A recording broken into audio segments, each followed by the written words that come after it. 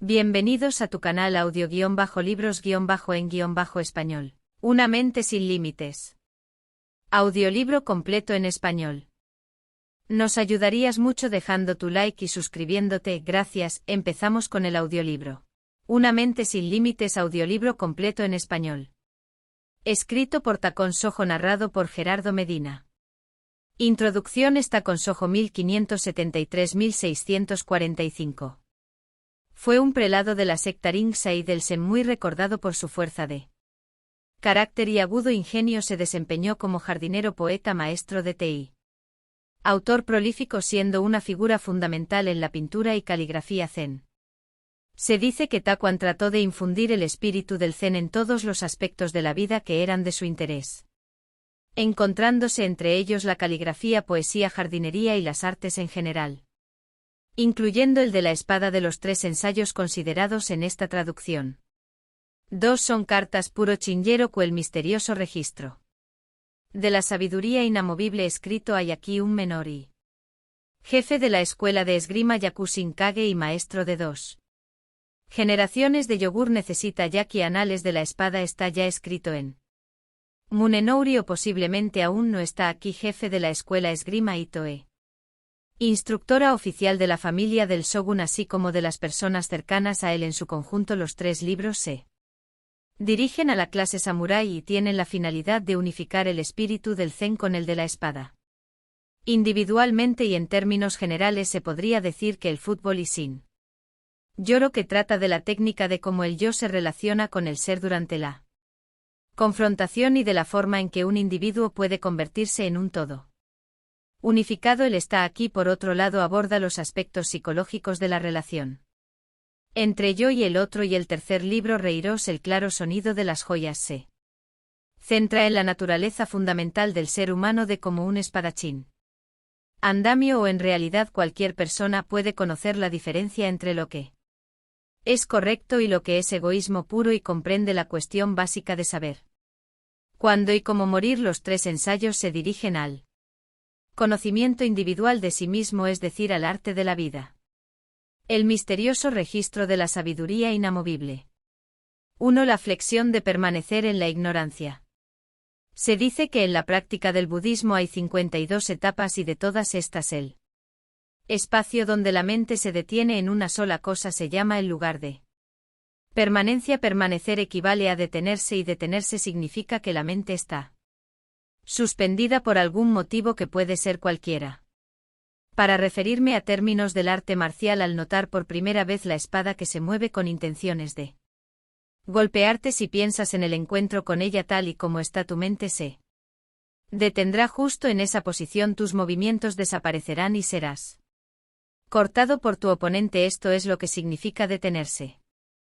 Aunque veas la espada moviéndose peligrosamente hacia ti, si tu mente no está detenida por ella, si tienes el mismo ritmo de su avance, si no piensas en golpear a tu oponente y careces de razonamientos o prejuicios, si en el instante en que ves la espada balanceándose tu mente no está detenida en lo más mínimo, y puedes moverte directamente para lograr arrebatarla, la espada que iba a cortarte será tuya, y por el contrario tú serás el primero en atacar a tu enemigo. En el C, esta acción se conoce como agarrar la lanza, y por el contrario atravesar al hombre que ha venido a atravesarte. La lanza es un arma. La esencia de esto es que la espada que arrancas a tu adversario se convierte en el objeto que lo atraviesa. Esto es lo que tú en tu estilo llamas no espada.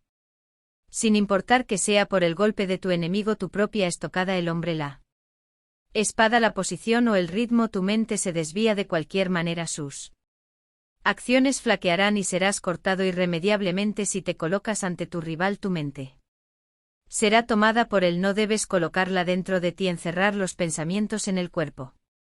Es algo que solo se hace al principio de la formación, cuando eres un principiante. La mente no puede ser atrapada por la espada si te concentras en el ritmo de la contienda. Puedes perderte en ella si colocas tu mente en tu propia espada. Permanecerá hasta allí, tus pensamientos se detienen en cualquiera de estos lugares, te convertirás en una cáscara vacía. Pueden aplicarse al budismo estas situaciones del arte marcial. En el budismo, esta detención de la mente Recibe el nombre de ilusión, se dice así la aflicción de permanecer en la ignorancia. 2. La sabiduría inamovible de todos los Budas. Aunque la sabiduría significa inmóvil, no quiere decir que sea una cosa insensible como la madera o la piedra. Se mueve al igual que la mente hacia adelante o hacia atrás, a la izquierda o a la derecha, en las 10 direcciones, ya sea los 8 puntos, y la mente que no se detiene en absoluto se llama sabiduría. Inmóvil. Puro Mío empuña una espada en su mano derecha y sostiene una cuerda en la izquierda, muestra sus dientes y sus ojos brillan de ira. Su figura se mantiene firme, dispuesta a derrotar a los espíritus malignos que interfieren en la ley budista. Esto no se oculta en ningún territorio del mundo. Su forma pertenece a la de un protector del budismo, mientras que su encarnación es la de la sabiduría inamovible. Y así es como se muestra a los seres vivos. Percibido de esta manera, el hombre ordinario se asusta y no tiene intenciones de convertirse en un enemigo del budismo. Quien está cerca de la iluminación comprende que el miedo manifiesta una sabiduría inamovible y despeja cualquier ilusión. Para el individuo que puede hacer evidente su conocimiento y es capaz de practicar físicamente este arma mental, no dejará proliferar espíritus malignos. Es este el propósito de la misión del Pudo Meo. Se dice que lo que se llama fútbol mío es la mente inmóvil y el cuerpo no oscilante.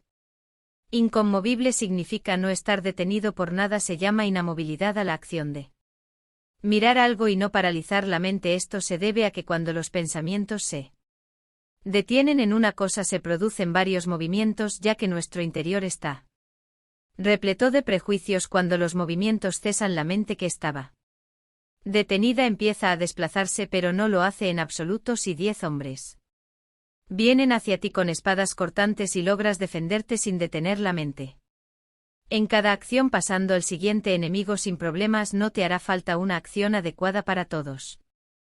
A pesar de que la mente actúe contra cada uno de los 10 hombres, si no se detiene ante ninguno y reacciona de forma consecutiva, será necesario poseer una acción adecuada.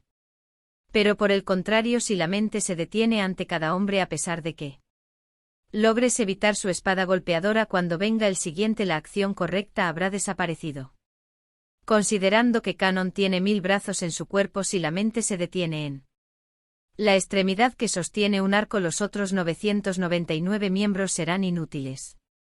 Esto es así debido a que la mente no se concentra en cada uno de los brazos útiles. En cuanto a Canon, para que tendría mis brazos unidos a un cuerpo. Esta forma está hecha con la intención de señalar a los hombres que si su sabiduría inamovible se manifiesta aunque un cuerpo tenga 1000 brazos cada uno, será de utilidad cuando se está frente a un árbol. Si se mira a una sola de sus hojas no se verán todas las demás. Cuando el ojo no se fija en ninguna, se mire el árbol completo sin pensar en nada. Todas las hojas son visibles para la vista humana, pero si una sola hoja retiene nuestra concentración, será como si las demás no estuvieran allí. Quien ha comprendido esto podrá darse cuenta de que no es diferente del Canon con sus 1000 brazos y 1000 ojos. El hombre corriente se limita a creer que está bendecido por sus 1000 brazos y sus 1000 ojos.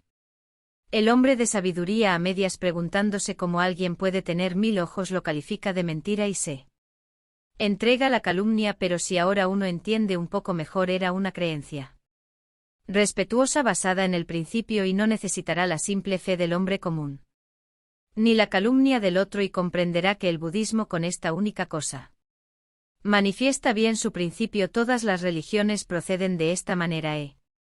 Visto que el sintoísmo es especialmente así, el hombre ordinario solo piensa en la superficie. El hombre que ataca al budismo es aún peor, y hay una gran variedad de religiones, pero esencialmente todas se dirigen hacia una misma conclusión.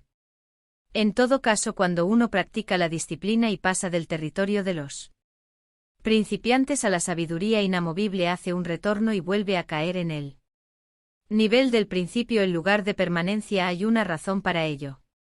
De nuevo podemos hablar con referencia al arte marcial. El principiante no sabe nada ni de la postura de su cuerpo ni de la colocación de la espada, y su mente no se detiene en ningún lugar dentro de él. Si un hombre golpea, simplemente responde al ataque sin pensar mientras estudia varias cosas y se le enseñan las diversas formas de adoptar una postura. La manera de agarrar su espada y donde poner su mente, su concentración se detiene en muchos lugares. Ahora si quiere golpear a un oponente se siente extraordinariamente incómodo más tarde a medida que pasan los días y el tiempo se acumula de acuerdo con su práctica de las posturas de su cuerpo. Ni las formas de agarrar la espada pesan en su cabeza. Su mente simplemente se vuelve como el principio cuando no sabía nada y aún no se le había enseñado alguna cosa en absoluto. En esto se ve el sentido de que el principio es el mismo que el final, como cuando se cuenta de 1 a 10 y el primer y el último número se vuelven adyacentes en el campo musical. Por ejemplo, cuando el tono inicial más bajo se pasa el tono final más alto, el más bajo y el más alto se vuelven contiguos. Decimos que lo más alto y lo más bajo llegan a parecerse. El budismo, cuando se llega a sus profundidades, se asemeja el hombre que no sabe nada del Buda ni de las leyes budistas. No tiene ni adornos ni nada que pueda llamar la atención de los hombres. La ignorancia y las aflicciones del principio, el lugar de permanencia y la sabiduría inamovibles que vienen después se convierten en uno. La función de intelecto desaparece y se termina en un estado de no mente, sin pensamiento. Si se llega al punto más profundo, los brazos, las piernas y el cuerpo recuerdan lo que hay que hacer, pero la mente no participa en este acto. El sacerdote budista Bukoku escribió: aunque no hace guardia mentalmente en los pequeños campos de montaña, el espantapájaros no es en vano. Todo es así. Para elaborar un espantapájaros que esté en los campos de la montaña se modela una figura humana y se coloca en las manos un arco y una flecha. Los pájaros y bestias al verlo huyen sin importar que esta figura no tenga mente. Si los ciervos se asustan y escapan, no ha sido creada en vano, ya que cumple su función. Este es un ejemplo del comportamiento de las personas que han alcanzado las profundidades de cualquier camino. Mientras que las manos, los pies y el cuerpo se mueven, la mente no se detiene en ningún lugar y no se sabe dónde está. Manteniéndose en un estado de no pensamiento, no mente, uno ha llegado al nivel de espantapájaros de los campos de la montaña del hombre común que no ha encontrado su camino. Podemos decir que desde el principio no ha tenido sabiduría y ésta nunca surgirá sin importar las circunstancias. La sabiduría más elevada de todas, que se encuentra en el lugar más remoto, no saldrá en absoluto. Por último, el sabelotodo de medio pelo deja que su sabiduría salga de su casa y esto es ridículo. El decoro de los sacerdotes de hoy en día puede ser considerado de esta manera: es una cuestión de vergüenza. Existe la formación en principio y en técnica. La formación en principio es, como ya he explicado anteriormente, cuando llegas no se percibe nada. Es como si hubieras descartado toda concentración. He hablado sobre esto minutos anteriores.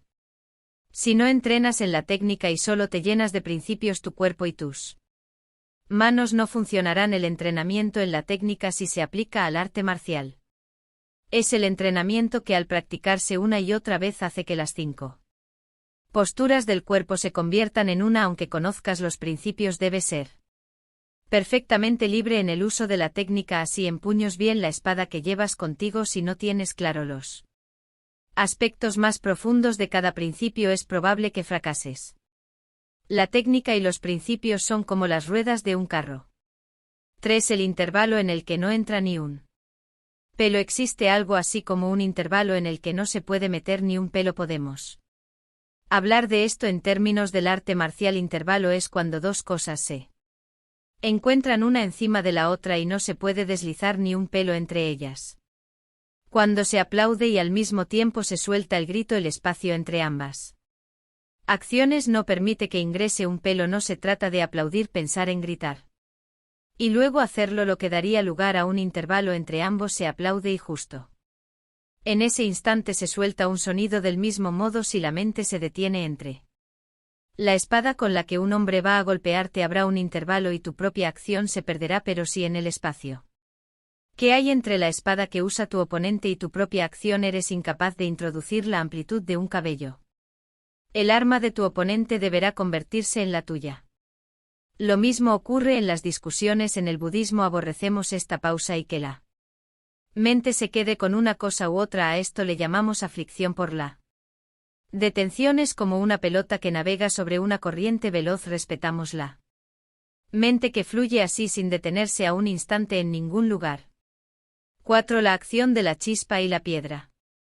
Existe la acción de la chispa y la piedra, esto equivale a lo tratado. Anteriormente apenas se golpea la piedra aparece la luz como la llama aparece justo cuando golpeas la piedra no hay un intersticio, esto significa la ausencia del intervalo que detiene a la mente. Sería un error darle a este movimiento el significado de rapidez. En realidad resalte el hecho de que la mente no debe ser detenida por las cosas. Se dice incluso la velocidad no debe ser capaz de paralizar la mente. Cuando ésta se detenga será captada por el adversario. Por otro lado, si la mente contempla ser rápida y entra en acción con celeridad será capturada por su propia contemplación. Entre los poemas de Chayo se encuentra el siguiente. Se oye hablar de ti únicamente como un hombre que aborrece el mundo. Solo puedo esperar tu mente no se detenga por este alojamiento transitorio. Atribuye este poema a la cortesana de Gucci si se toma la última parte de este verso. Solo puedo esperar que tu mente no se detenga puede considerarse como la esencia misma de las artes marciales. Es primordial que la mente no se detenga en el Zen. Si se pregunta qué es el Buda se debe levantar el puño cerrado. Si se pregunta cuál es el significado último de la ley budista antes de que las palabras mueran uno debe responder una sola rama del ciruelo en flor. El ciprés del jardín. No se trata de seleccionar una respuesta buena o mala, respetamos la mente que no se detiene ya. Que ésta no lo hará ni por el color ni por el olor, aunque la forma de esta mente inmóvil sea venerada como un dios, respetada como un Buda y llamada la mente del ser o el significado último. Si uno piensa las cosas y después habla, aunque pronuncia palabras doradas y versos misteriosos, será simplemente la aflicción del lugar de permanencia. No se puede decir que la acción de la piedra y la chispa tienen la velocidad de un rayo. Se conoce como sabiduría inamovible.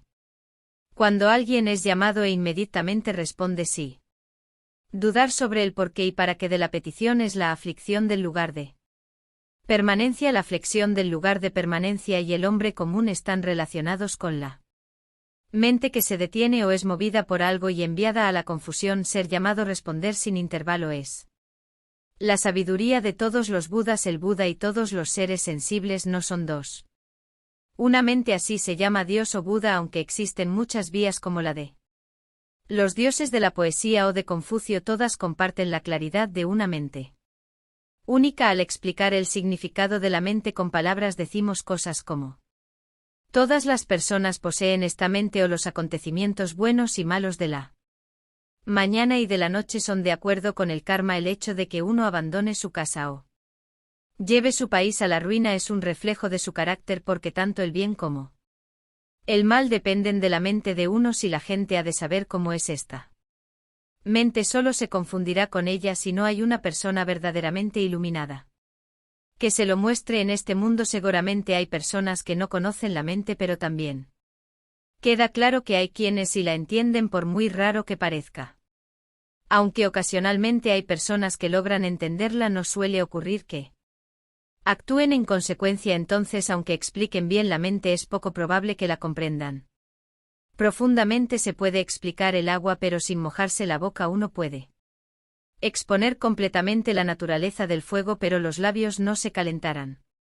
Sin tocar el agua a fuego real uno no sabrá estas cosas, ni siquiera la explicación de un audiolibro para que se entienda la comida puede definirse de forma concisa, pero eso no aliviará el hambre. No es probable que una persona logre entender la explicación de otra. En este mundo hay budistas y confusionistas que explican la mente, pero sus acciones no se parecen a sus explicaciones. El entendimiento de estas personas no está verdaderamente iluminado y si sus mentes no pasan por esto no tendrán ninguna comprensión. Muchos de los que estudian no entienden la mente, pero no es una cuestión de números. No hay ninguno con un buen estado de ánimo. Debemos entender que la iluminación de la mente depende de la profundidad de sus esfuerzos. 5. ¿Dónde se pone la mente? Nosotros decimos lo siguiente: si uno coloca su mente en la acción del cuerpo del enemigo, ésta será tomada por los movimientos del oponente. Si su mente se detiene en la espada de su contrincante, será tomada por esa. Misma arma si pone los pensamientos en la intención de golpear lo que tiene su oponente, su mente será tomada por estas malas intenciones si se concentra en su propia espada. Esta será la que atrape a su mente si se preocupe en sus intenciones de no ser golpeado. Su mente será detenida por estos pensamientos si se coloca en la postura del otro. Su mente se detendrá allí. Todo esto significa que no hay un lugar para poner la mente. Cierta persona dijo: no importa dónde ponga mis pensamientos, mis intenciones se mantienen en el lugar donde dirija mi concentración y me pierdo ante mi oponente. Por eso coloco mi mente justo debajo de mi ombligo y no la dejo vagar. Por eso mismo soy capaz de cambiar según las acciones de mi enemigo. Esto es razonable, pero desde el punto de vista más elevado del budismo, poner la mente justo debajo del ombligo y no permitirle vagar pertenece a un nivel bajo de comprensión, no a uno alto. Está en el nivel de la disciplina y del entrenamiento, está en el nivel de la seriedad. Venció decía: busca la mente perdida. Tampoco es el nivel más alto, tiene el sentido de la seriedad en cuanto a la mente perdida. He escrito sobre esto anteriormente. Si consideras poner tu mente debajo de tu ombligo y no dejarla vagar, será tomada por la mente que piensa en este plan. No tendrás capacidad de avanzar y tampoco usarás de libertad. Esto nos lleva a la siguiente pregunta: si poner mi mente debajo del ombligo no sirve de nada, ya que me deja incapacitado y sin libertad, ¿en qué parte de mi cuerpo entonces debo poner mi mente? La respuesta es la siguiente: si la pones en tu mano derecha, será tomada por esta extremidad y tu cuerpo perderá la función de la mente. Si se coloca en él ojo, será tomada por él y no tendrá tu capacidad mental. Si la mente está en tu pie derecho, este se lo dañará y no poseerá la función de la mente. No importa dónde ubique es tu pensamiento, si lo pones en un solo sitio, el resto del cuerpo carecerá de su función. Si esto es así, quedaría esta pregunta: ¿dónde debe poner uno su mente? La respuesta es: si no lo pones en ningún sitio, irá a todas las partes de tu cuerpo y se dispersará por toda su extensión. Así, cuando entra en tu mano, realizará la función de la mano, y cuando entre en tu pie realizará la función del pie, y cuando entra en tu ojo realizará la función del ojo. Si uno se decide por un lugar y establece la mente allí, será tomada por el sitio elegido y perderá su función. Si piensas, será atrapado por tus pensamientos. Como esto sucede así, es recomendable dejar a un lado los pensamientos y la discriminación, apartar la mente de todo el cuerpo, no detenerla aquí y allá, y cuando finalmente visite estos lugares realizará la función y actuará sin error. Fijar la mente en un solo lugar se conoce como caer en la unilateralidad. La unilateralidad es la predisposición a un sitio. La corrección consiste en moverse a cualquier parte. La mente correcta se muestra extendiéndola por todo el cuerpo, no está limitada en un solo lugar. Cuando la mente prefiere un lugar y evita otro, se denomina mente unilateral. La unilateralidad es despreciable, estar detenido por cualquier cosa sin importar lo que sea, caer en la unilateralidad y ser despreciado por los que viajan en él camino. Si una persona no tiene el siguiente pensamiento: ¿en dónde debo poner la mente?, entonces ésta se propagará por todo el cuerpo, desplazándose a cualquier lugar. Al no concentrarse en ningún sitio, no se puede utilizar la mente dejando que vaya por doquier respondiendo a los movimientos del adversario.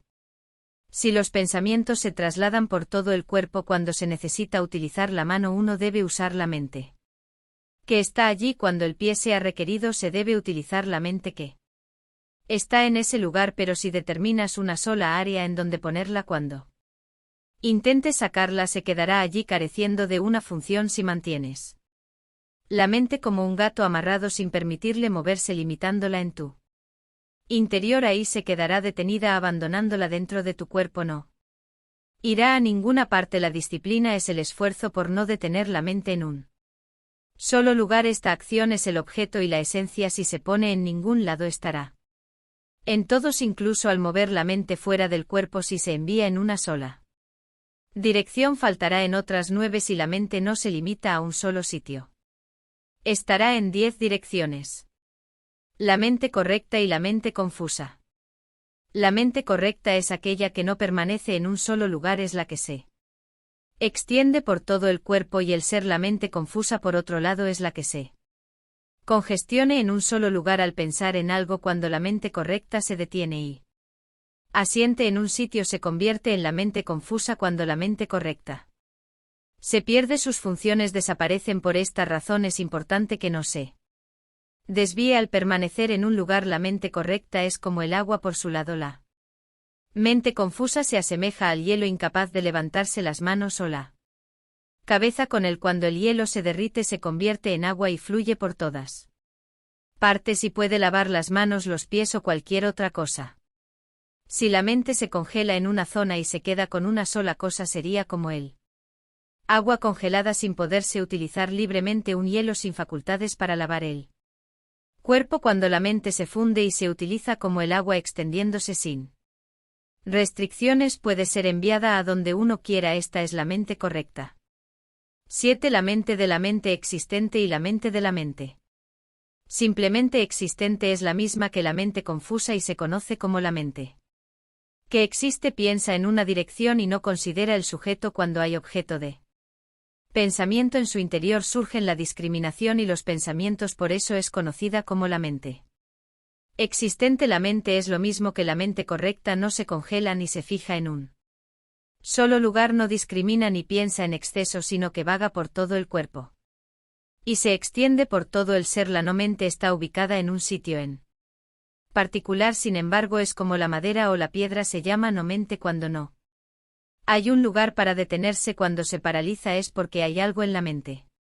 Si no hay nada en los pensamientos, recibe el nombre de no mente. También se le conoce como no mente sin pensamientos. Cuando la no mente ha sido bien desarrollada, no se frena en una cosa ni le falta ninguna, es como el agua que se desborda y existe en sí misma. Aparece apropiadamente cuando se enfrenta a un momento de necesidad. La mente que se fija y se detiene en un lugar no funciona libremente. Del mismo modo, las ruedas de un carro giran porque están rígidas en su sitio. Si se apegarán a un solo lugar, los girar, y a la mente también es algo que no funciona así, se concentra en una sola situación. Si hay algún pensamiento dentro de la mente, aunque escuchen las palabras de otra persona, no podrás escucharla. En realidad esto no se da porque tu mente se ha detenido con tus propios pensamientos. Si tu concentración se dirige en la dirección de estos pensamientos, aunque escuches no escucharás y aunque mires no verás. Esto sucede porque tienes algo en tu mente. Lo que hay es el pensamiento. Si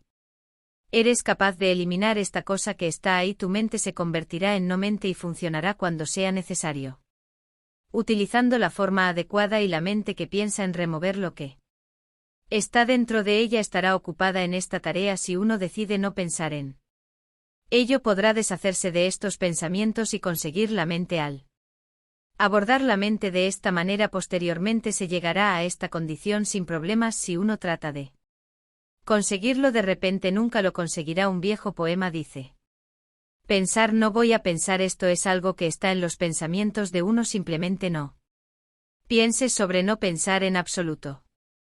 8. Tira la calabaza al agua, empuja hacia abajo y girada. Empujar una calabaza hacia abajo significa hacerlo con la mano. Cuando se arroja una calabaza al agua y se presiona hacia el fondo, repentinamente saltará hacia un costado sin importarla situación. Es una cosa que no se detendrá en un lugar. La mente del hombre que ha llegado no se detiene en una cosa ni siquiera por un momento. Es como empujar la calabaza en el agua. 9. Engendrar la mente sin lugar a dudas. En nuestra forma de escribir en chino-japonés se pronuncia o mucho yo, dijo Gasling. Independientemente de lo que una persona haga, cuando engendra una mente que piensa en hacer algo, ésta se detendrá en ese objeto. Por lo tanto, uno debe concebir la mente sin un lugar en donde pueda fijarse. Si la mente no es engendrada, la mano no avanzará. Aquellos que cuando se mueven generan la mente que ordinariamente se detiene en ese movimiento, pero no lo hacen en absoluto en el curso de la acción, son llamados los hombres consumados de todos los caminos. La mente limitada surge de una mente detenida. Lo mismo ocurre con el ciclo de transmisión. Esta paralización se convierte en los lazos de la vida y la muerte. Uno observa las flores del cerezo o las hojas de otoño, y mientras se engendra la mente que las mira, es esencial no detenerse en ellas. El poema de Jane dice: la flor que entregaría su fragancia ante Mi puerta de matorral lo hace a pesar de todo, yo sin embargo me siento y miro qué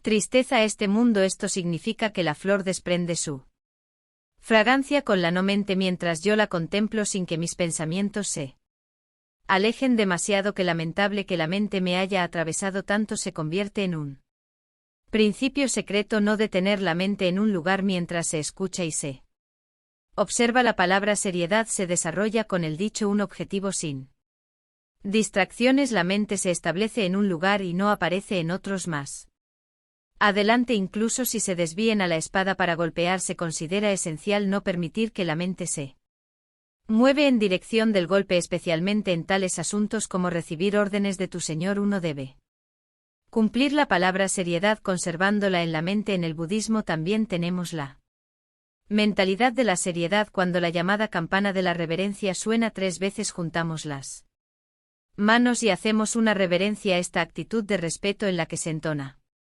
primero el nombre de Buda es sinónimo de tener un objetivo sin distracciones o una mente sin confusión. En el budismo la mentalidad de la seriedad no es el nivel más profundo. Sujetar la mente e impedir que se confunda es la disciplina del novato que está empezando a aprender. Esta práctica, cuando se aplica durante mucho tiempo, permite avanzar hacia el nivel de la libertad en el que uno puede dejar que la mente vaya en cualquier dirección. El nivel mencionado anteriormente de engendrar la mente sin lugar para morar es el más alto de todos. La palabra seriedad indica que la mente debe mantenerse bajo control y no enviarla a alguna parte, ya que al hacerlo ésta se confundiría. En este nivel hay un endurecimiento de la mente y no se permite ni un ápice de negligencia. Podemos compararlo como si un gorrión bebé fuera atrapado por un gato. Para evitar que se repita, siempre se amarra una cuerda alrededor del felino y no se le permite escapar. Si mi mente es tratada como un gato atado, no será libre y probablemente no podrá funcionar como corresponde. Si el animal está bien entrenado, se desata la cuerda y podrá ir a donde quiera. Entonces, aunque los dos estén juntos, el gato no agarrará al gorrión y actuar de esta forma corresponde el significado de la frase engendrar la mente sin lugar para que habite. Liberar mi mente, ignorarla como el gato, aunque vaya donde plazca, será usarla mente sin que se detenga en algún sitio. Si ponemos esto en términos del arte marcial, la mente no se detiene por la mano que blande la espada completamente ajeno al movimiento amenazante. Uno golpea y corta a su adversario, no fija su mente en el otro. El oponente es el vacío, yo soy el vacío, la extremidad que sostiene la espada. El arma misma es el vacío. Comprende esto, pero no dejes que tu mente sea tomada por el vacío. Cuando el sacerdote Zendekomakure Muga Ku fue capturado durante los disturbios en China y estuvo a punto de ser abatido. Cito: Gata con la velocidad de un relámpago corta la brisa de primavera y el soldado tiró su espada. Yuyo Mugaku quería decir que al blandir la espada en el tiempo extremadamente breve que tarda para que el rayo caiga, no hay mente ni pensamiento para el arma que ataca, no hay mente para el que va a ser golpeado, tampoco el atacante es el vacío, su espada también lo es. Yo que estoy a punto de ser golpeado soy el vacío. Si esto es así, el individuo que golpea no es un hombre en absoluto, la espada que golpea no es una espada, y para mí la persona que está a punto de ser cortada en un relámpago fulgurante se asemejará a atravesar la brisa que sopla en el cielo de primavera. Es la mente la que no se detiene en absoluto y no es probable que la espada reaccione al cortar a través del viento.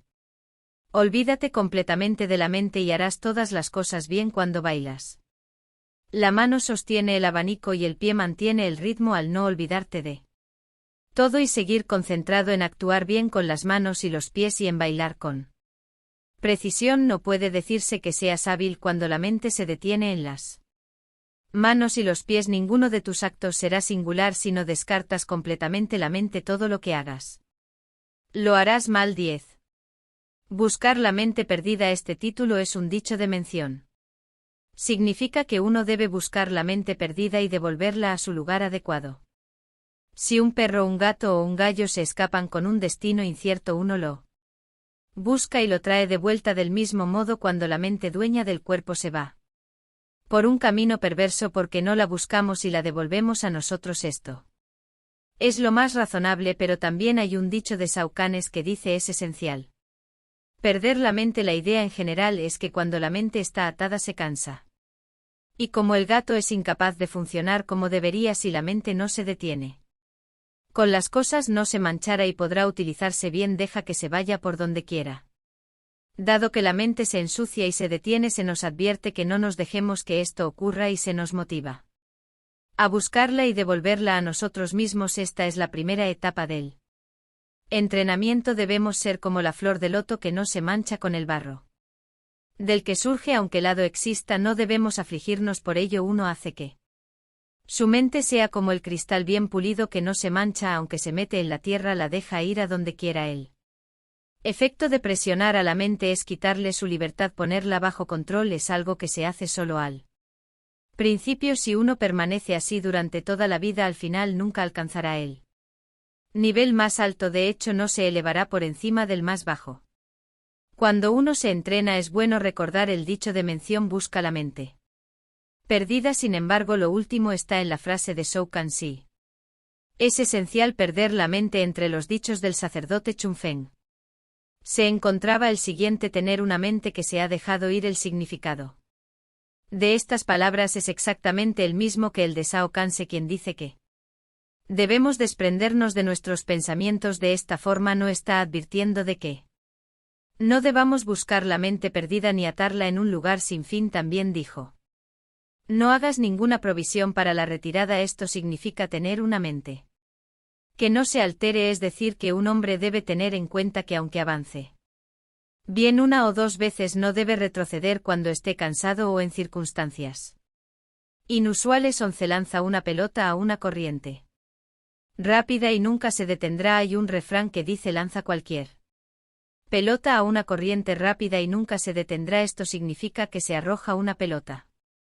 El agua que fluye rápidamente está flotará por las olas y jamás se detendrá. 12. Romper el límite entre el antes y el después. Hay un dicho que dice cortar el borde entre el antes y el después, es decir, no hacerse de la mente que está en los momentos previos, permitiendo que los rastros del presente permanezcan. Ambos son malos. Uno debe cortar el intervalo entre el anterior y el presente. Su significado está en cortar el borde entre el antes y el después. Entre el ahora y el entonces no hay que detener la mente. 13. El agua abraza el cielo, el fuego limpia las nubes. Hoy no quemes los campos de Musashi. No tanto el cónyuge como yo nos ocultamos en las hierbas de la primavera. Alguien expresado el significado de este poema de esta manera: mientras las nubes blancas se juntan, las glorias de la mañana ya se desvanecen. Hay algo que he pensado personalmente sobre lo cual deseo aconsejar, y aunque sé que es solo mi cuestionable y humilde opinión, siento que es el momento adecuado y por ello escribiré lo que percibo. Como eres un maestro en las artes marciales sin igual en el pasado o presente, eres más destacado en rango, salario y reputación. Despierto o dormido, no debes olvidar nunca esta gran bendición, y para devolver este favor, así sea de día o de noche, solo tenga en mente cumplir con tu lealtad. La lealtad consiste en primer lugar en hacer que tu mente sea correcta, en disciplinar tu cuerpo, no dividir tus pensamientos respecto a tu Señor ni siquiera por un pelo, y no tener resentimientos ni culpar a los demás.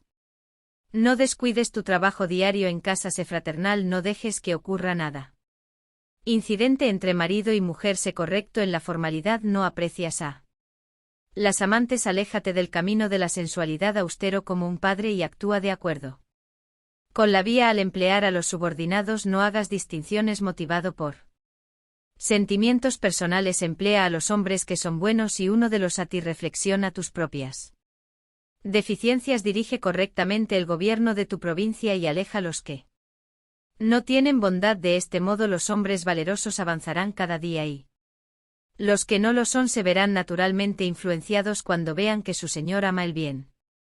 Y así dejarán el mal y se volverán ellos mismos hacia la virtud. De esta manera, tanto el Señor como el criado, el superior y el inferior, serán hombres buenos, y cuando el deseo personal se diluye y se abandone el orgullo, la riqueza de la provincia abundará, el pueblo estará bien gobernado, los hijos Se mantendrán en comunión con sus padres y superiores y subalternos trabajarán juntos como manos y pies. La provincia se volverá pacífica por sí misma. Este es el principio de la lealtad. Un soldado absolutamente decidido sería tu predilección en cualquier situación que se presente, incluso si tuvieras el mando de cientos de miles de hombres. Cuando toda la mente del canon de los 1000 brazos es correcta, cada una de las extremidades será de utilidad del mismo modo. Si la mente de tu arte marcial es correcta, la función mental será libre.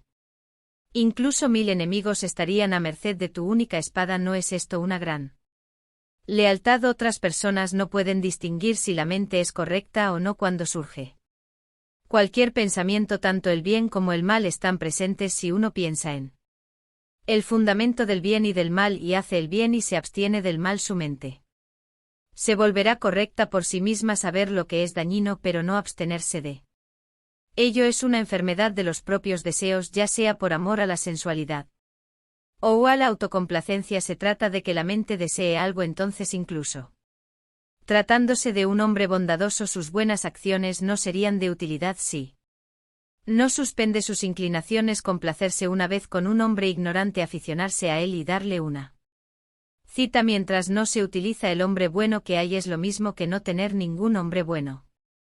Aunque no empleara miles de hombres, es improbable que hubiera uno que se mantuviera a la altura de su señor en un momento de emergencia. En cuanto a los jóvenes ignorantes y malvados que una vez fueron tan atractivos al no ser sus corazones correctos desde el principio, en ningún caso serían capaces de pensar en sacrificarse al enfrentar una situación real. No he oído ni una sola vez, ni siquiera en el pasado, de hombres con mentes incorrectas que se mantuvieran en buena posición ante sus señores. La apariencia de que tal cosa puede suceder cuando su señoría elige aprendices es verdaderamente una amarga vergüenza. Esto es algo que nadie conoce a partir de alguna inclinación fuera de lo común, pero uno puede ser arrastrado por los malos hábitos y caer en la maldad aunque pienses que nadie conoce estas faltas. El ya que no hay nada tan claro como lo que se ve con poca claridad si son reconocidas en tu propia mente. Lo serán por el cielo, tierra, los dioses y el pueblo. Si tal es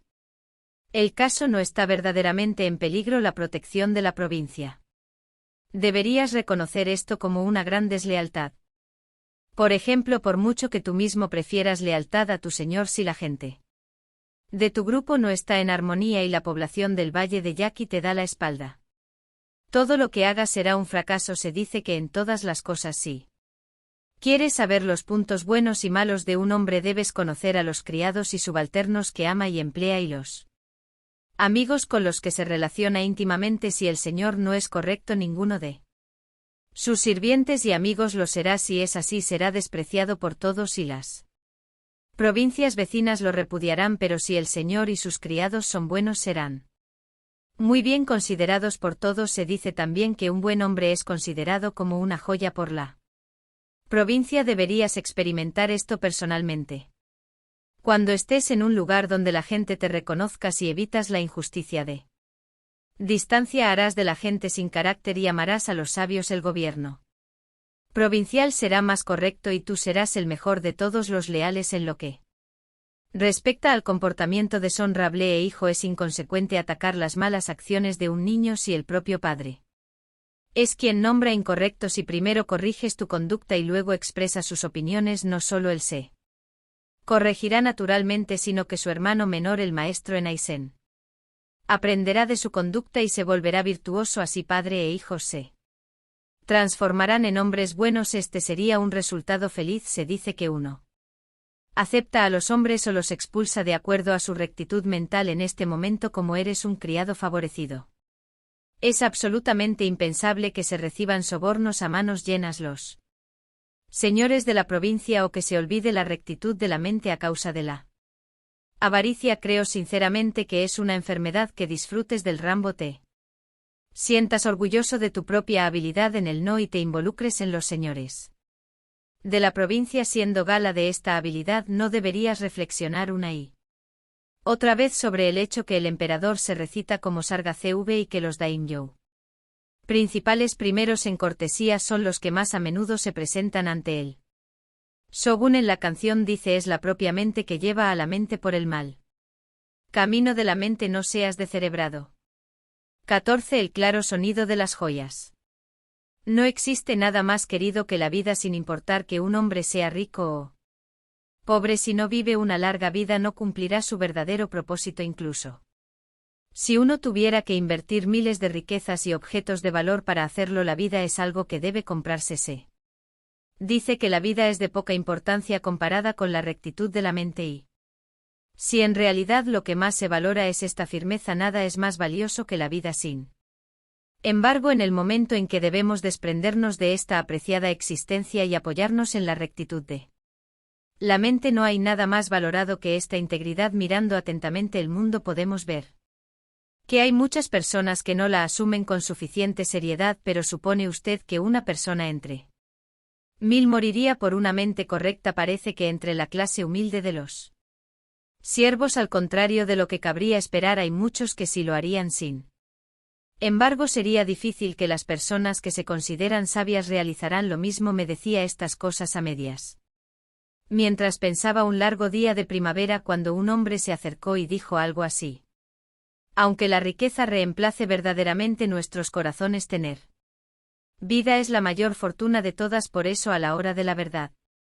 un hombre tirará sus bienes para mantener su vida intacta, pero cuando piensas que un hombre no dudaría en desprenderse de la vida que tanto valora por el bien de la rectitud de mente, el valor de la rectitud mental es mayor que la vida misma, el deseo, la vida y la rectitud de espíritu. Entre estos tres, ¿no es este el último lo que más valora el hombre? En ese momento respondía a algo parecido a esto: el deseo, la vida y la rectitud de espíritu. Se dice que la rectitud espiritual naturalmente es la más valorada entre estas tres, pero decir que todos los hombres sin excepción la valoran más dentro de ese grupo es un error. No hay ningún hombre que simplemente valore el deseo y la vida, pero que mantenga la rectitud de espíritus en sus pensamientos.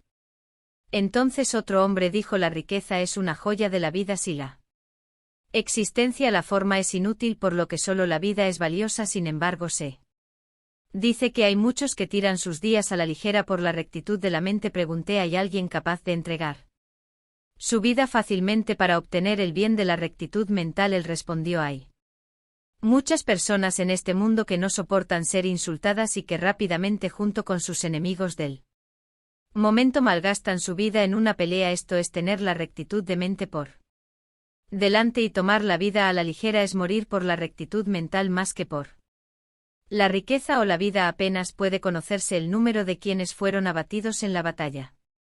Todos eran soldados que murieron por la rectitud de mente. Teniendo en cuenta esto, puede decirse que todos los hombres valoran la rectitud mental por encima del deseo y la vida. Yo dije: morir por culpa del enfado al ser insultado por alguien se parece a la rectitud de mente, pero no lo es en absoluto. Esto es olvidarse de uno mismo en la ira del momento. No es rectitud en lo más mínimo. Su nombre correcto es ira, y nada más antes de que una persona sea insultado ya se ha alejado de la rectitud mental y por esta razón sufre el insulto. Si la rectitud de mente es correcta, cuando se asocia con otros no será insultado por ellos. Al ser insultado, uno debe darse cuenta de que ha perdido su propia rectitud mental antes de la ofensa. La rectitud mental es un estado de extrema importancia. Su sustancia no es otra que el principio celestial que le otorga vida a las cosas. Cuando el cuerpo humano lo adquiere se le llama naturaleza. Sus otros nombres son virtud,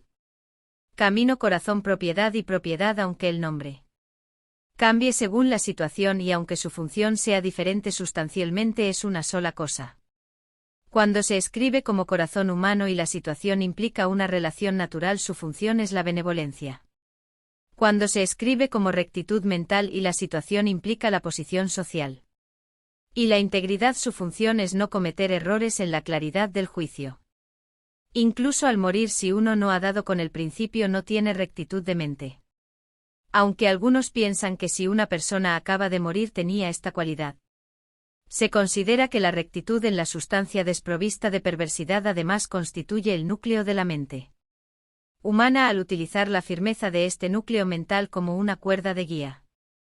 Todo lo que se produzca mostrará rectitud. Despreciar este núcleo y morir por deseo No es una muerte digna de la mente recta en cuanto a las personas que mueren por la rectitud de espíritu. Puede haber realmente una entre mil que lo haga a este respecto desde el momento en que uno ha entrado al servicio de un daño, la ropa que lleva a la espalda, la espada que carga, su calzado, su palanquín, su caballo y todo su material, todos sin excepción se deben al favor de su señor, la familia, la esposa, los hijos y sus propios criados, todos ellos y sus relaciones reciben la protección del amo. Teniendo estos favores bien grabados, un hombre se enfrentará a los enemigos de su señor en el campo de batalla y entregará su única vida, esto es morir por la rectitud de mente. Esto no es por el honor del propio hombre, tampoco para obtener fama, salario y un feudo. La sinceridad del núcleo de la mente consiste únicamente en recibir un favor y devolverlo. Hay una persona entre mil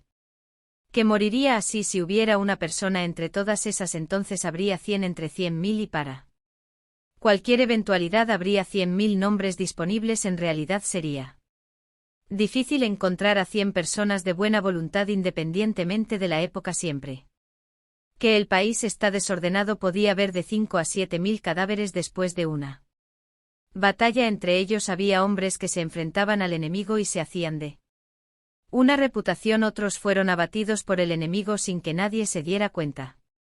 Parece que todos estos guerreros murieron por su rectitud, pero muchos de ellos no lo hicieron. Muchos murieron por su nombre y su beneficio. El primer pensamiento es hacer algo por la fama. El segundo es pensar en establecer un nombre y más tarde en recibir tierras y ascender en el mundo. Hay personas que logran hazañas notables, atraen la fama y sobresalen. Otros mueren en combate. Hay entre los samuráis más viejos quienes se aseguran un nombre en la próxima batalla para ya en su vejez dejárselo a sus descendientes, o si no mueren tratarían de dejar tanto el nombre como el patrimonio.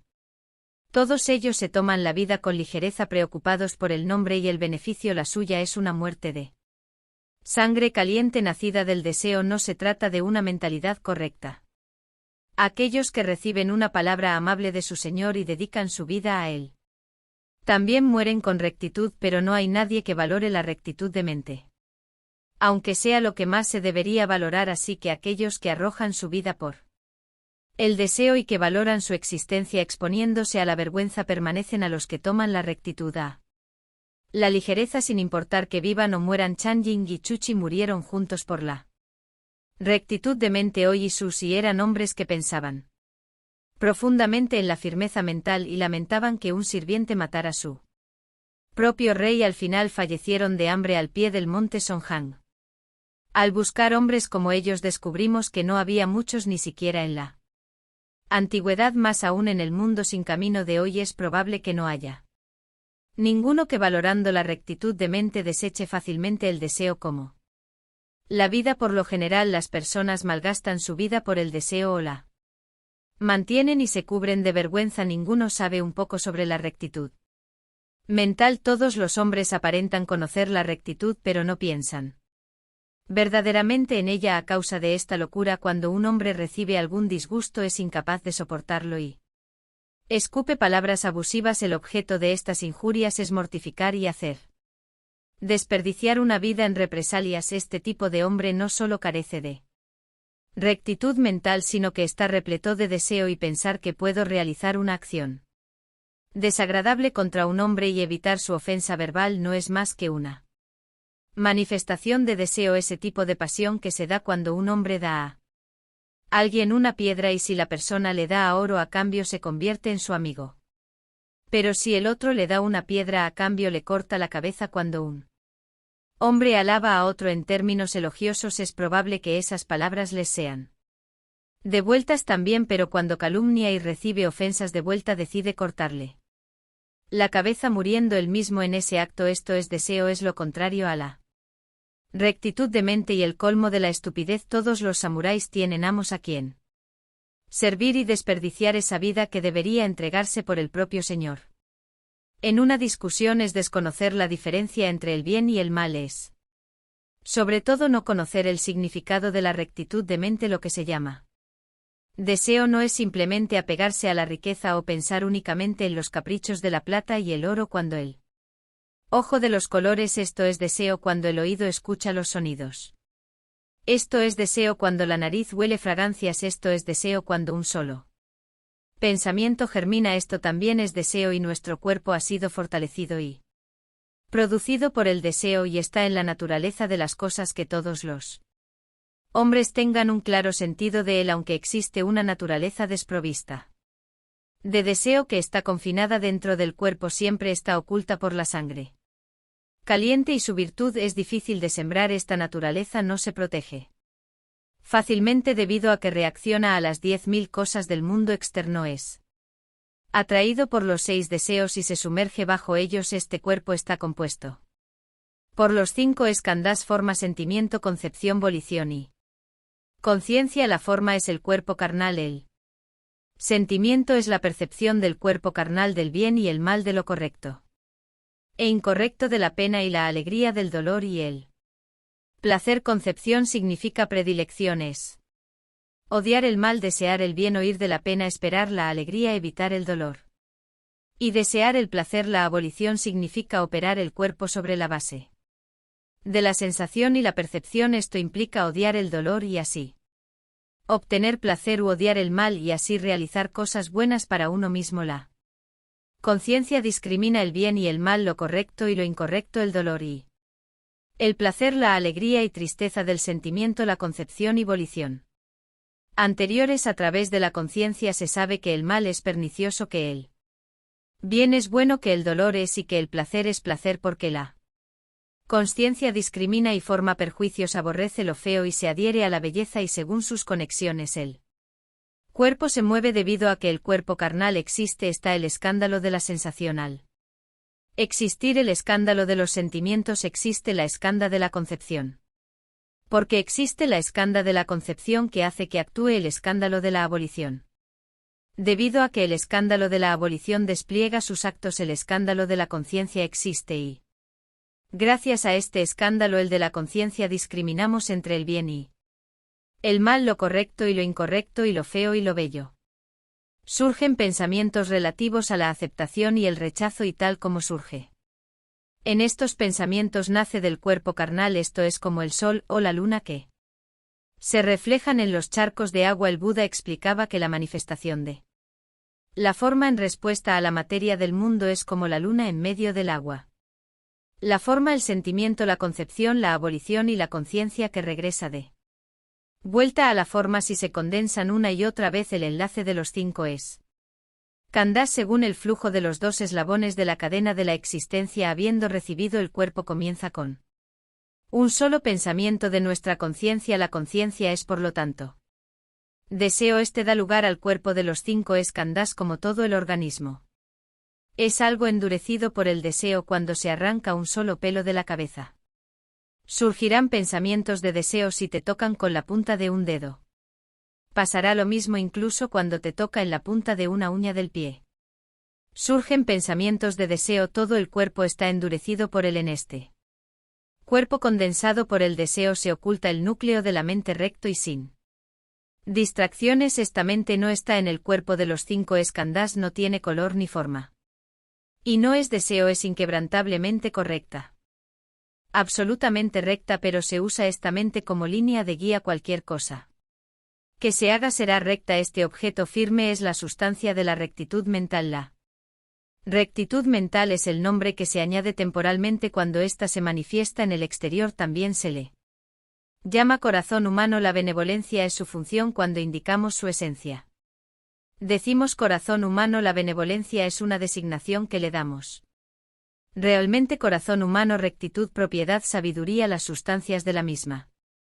Pero los nombres son diferentes. Estas cosas deben entenderse como el núcleo de la mente. Por eso se dice que la vía de confusión es la de la sinceridad y la simpatía. La sinceridad es lo mismo que el núcleo de la mente. La simpatía es igual a la mente semejante o la unidad. Si se logran el núcleo de la mente y la simpatía, ni uno de cada 10.000 asuntos podrá salir mal, aunque se digan todas estas cosas. Si un hombre no está iluminado, la explicación podrá durar durante 100 días y él escuchará durante todo este tiempo sin tener probabilidades de obtener la vía al hablar así seguramente.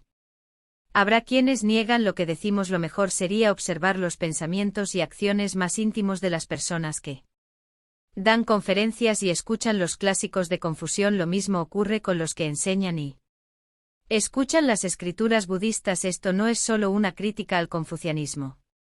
Una persona puede ser tan elocuente como un arroyo, pero si su mente no ha sido iluminada y si no ha visto su verdadera naturaleza, no será alguien en quien se pueda confiar. Deberíamos ser capaces de distinguir esto rápidamente por el comportamiento de una persona. Cierta vez alguien expresó sus dudas diciendo: si incluso los actos de ver y oír son deseos, si incluso la elevación de un solo pensamiento es deseo, ¿cómo podremos alcanzar la rectitud de espíritu? La concentración de un solo pensamiento es como una roca o un árbol. Siendo así, uno no es capaz de actuar con rectitud de mente por el bien de su maestro. Si uno no actúa con un fuerte sentido de la voluntad, será difícil lograrlo. Conteste: esta es una duda justificada. Sin pensamientos en la mente uno no correrá ni a la derecha ni a la izquierda, no subirá ni bajará, sino que irá únicamente en línea recta. Cuando un solo pensamiento apenas surge, uno se dirige a la derecha o a la izquierda, subirá o bajará y finalmente llegará al lugar deseado. Por eso se llama deseo.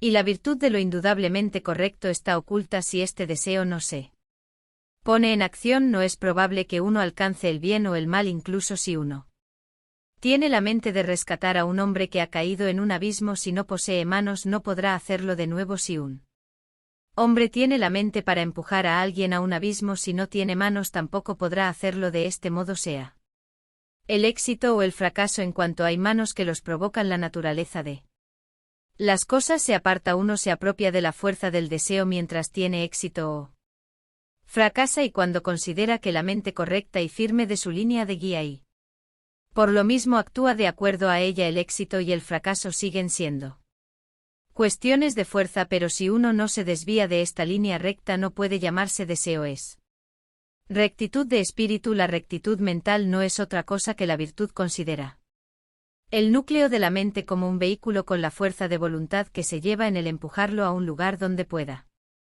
haber fracaso y fracasar, a empujar hacia donde pueda haber éxito y tendrá éxito. Pero tanto si hay éxito como si hay fracaso, si uno confía en la rectitud de este vehículo del núcleo de la mente, alcanzará la rectitud mental en cualquier situación.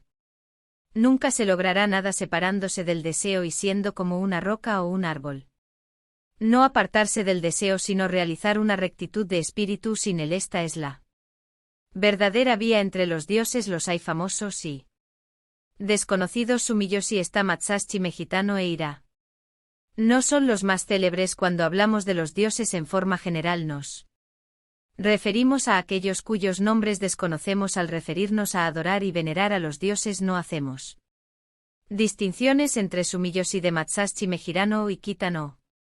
Exaltamos y reverenciamos a los dioses sin importar quiénes sean. Cuando se venera el dios de Kitano, se deja de lado al dios de Irán, o si se venera el dios de Ira, no se deja al lado. Aquí está: no al limitar un dios a un lugar, los demás dioses no se valoran. Se venderá exclusivamente a esta deidad, descartándose a los demás. Cuando hablamos de los dioses, no los limitamos a uno en un solo lugar. Esto no sería establecer la vía de los dioses. Esta se establece cuando adoramos a todos sin importar dónde estemos o a qué Dios nos enfrentemos. Debemos hablar de esto en relación con la vía del Señor y del retenedor. Señor significa emperador y criado hace referencia a sus súbditos. Señor y criado no son palabras que se utilicen para personas de rango inferior a estos, pero por el momento las emplearemos de esta manera. Entre los señores hay quienes son famosos y otros cuyos nombres son desconocidos. Entre los criados también es probable que haya algunos muy reconocidos y otros que no lo sean. Al hablar de un señor famoso, un hombre dirá algo como: nuestro señor es Matsui de Wa, o mi señor es Yamamoto Tojime. Al hablar de superiores desconocidos se dice simplemente el señor sin mencionar su nombre.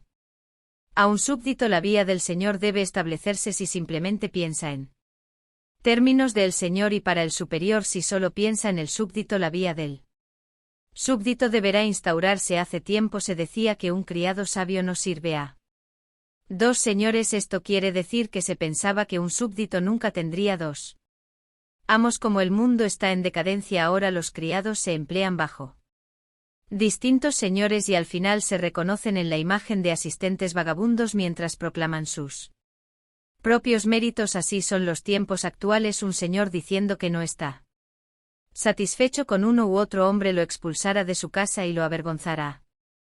Esto también pone en desorden el camino del señor y del súbdito, del amo y del siervo. Aunque un siervo atiende en distintas familias, debe recordar que solo tiene un señor. Esto significa que el señor será aún no desconocido, ya que si es así se establecerá la vía del señor incluso si sirve en una familia tras otra. Debe pensar en ese señor como el señor y en este amo como el amo. De este modo pensará en el señor con gran devoción y aunque la familia puede cambiar su mente, no lo hará así el señor.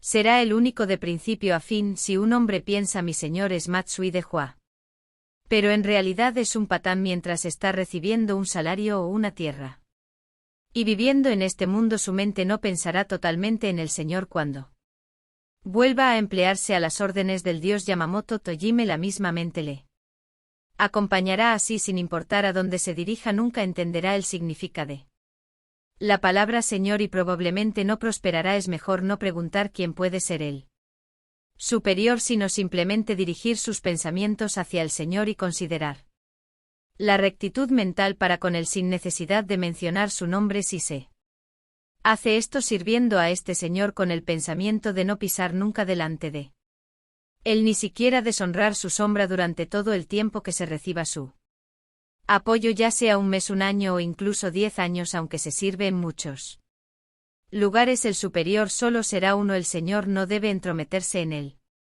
camino del súbdito. Así se produzca un cambio de sirvientes, el amor y la simpatía deben habitar en lo más profundo de su corazón. No se debe permitir hacer distinciones entre los recién llegados y los veteranos y debe actuar con todos utilizando una gran caridad. De este modo los sirvientes no tendrán nombre y el señor tampoco tendrá uno, y se establecerá la vía del señor y del súbdito, del maestro y del siervo. No debe haber distinciones entre el nuevo criado que acaba de empezar a trabajar y los veteranos que llevan 10 o 20 años de servicio. Todos los hombres deben ser tratados con amor y simpatía y cada uno debe ser considerado como mi servidor. Es probable que el salario y la tierra se distingan considerablemente, pero no debe haber diferencias al interior de la mente del corazón humano y el amor. Incluso si un criado acaba de empezar su empleo, el significado de pensar señor no será el del señor de hoy. No es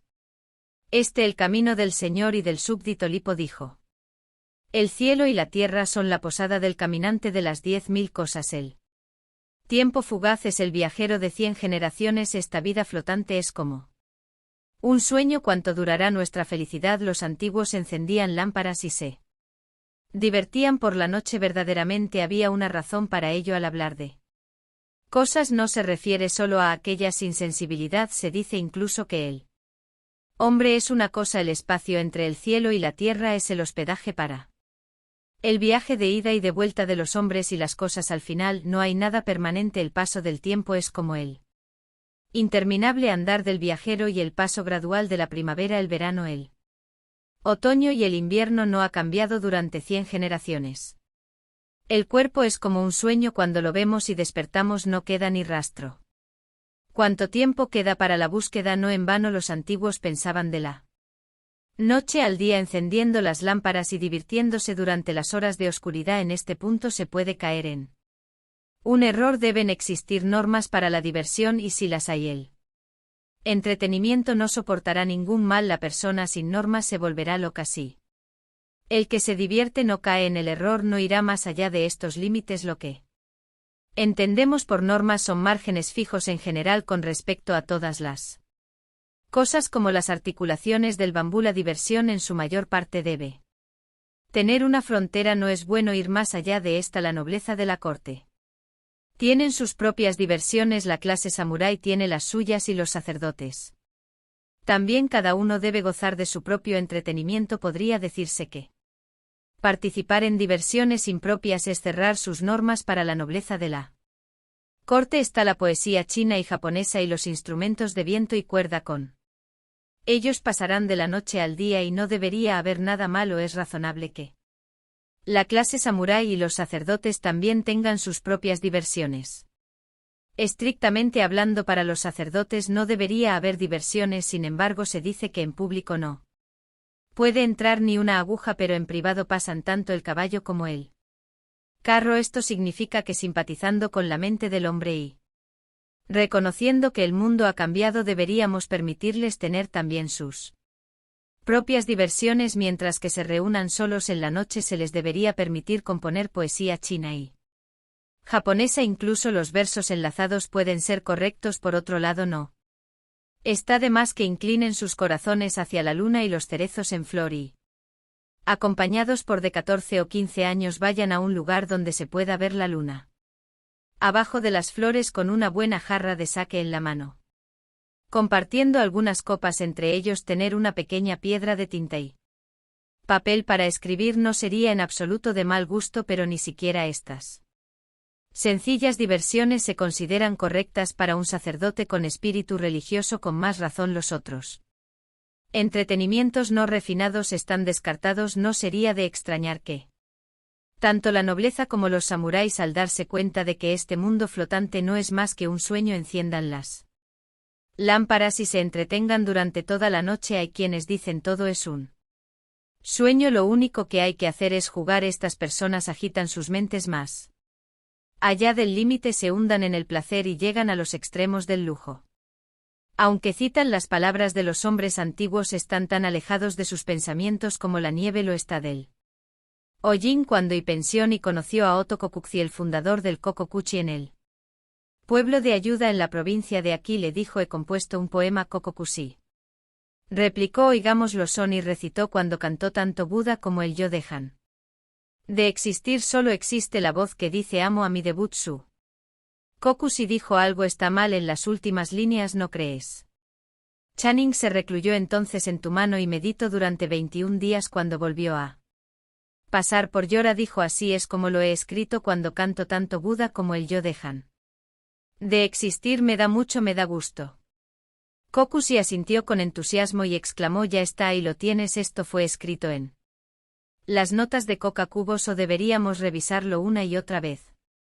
Hablaré ahora de las 10 cualidades esenciales. Estas son forma, naturaleza, encarnación, poder, función, causa latente, causa externa, efecto latente, efecto manifiesto.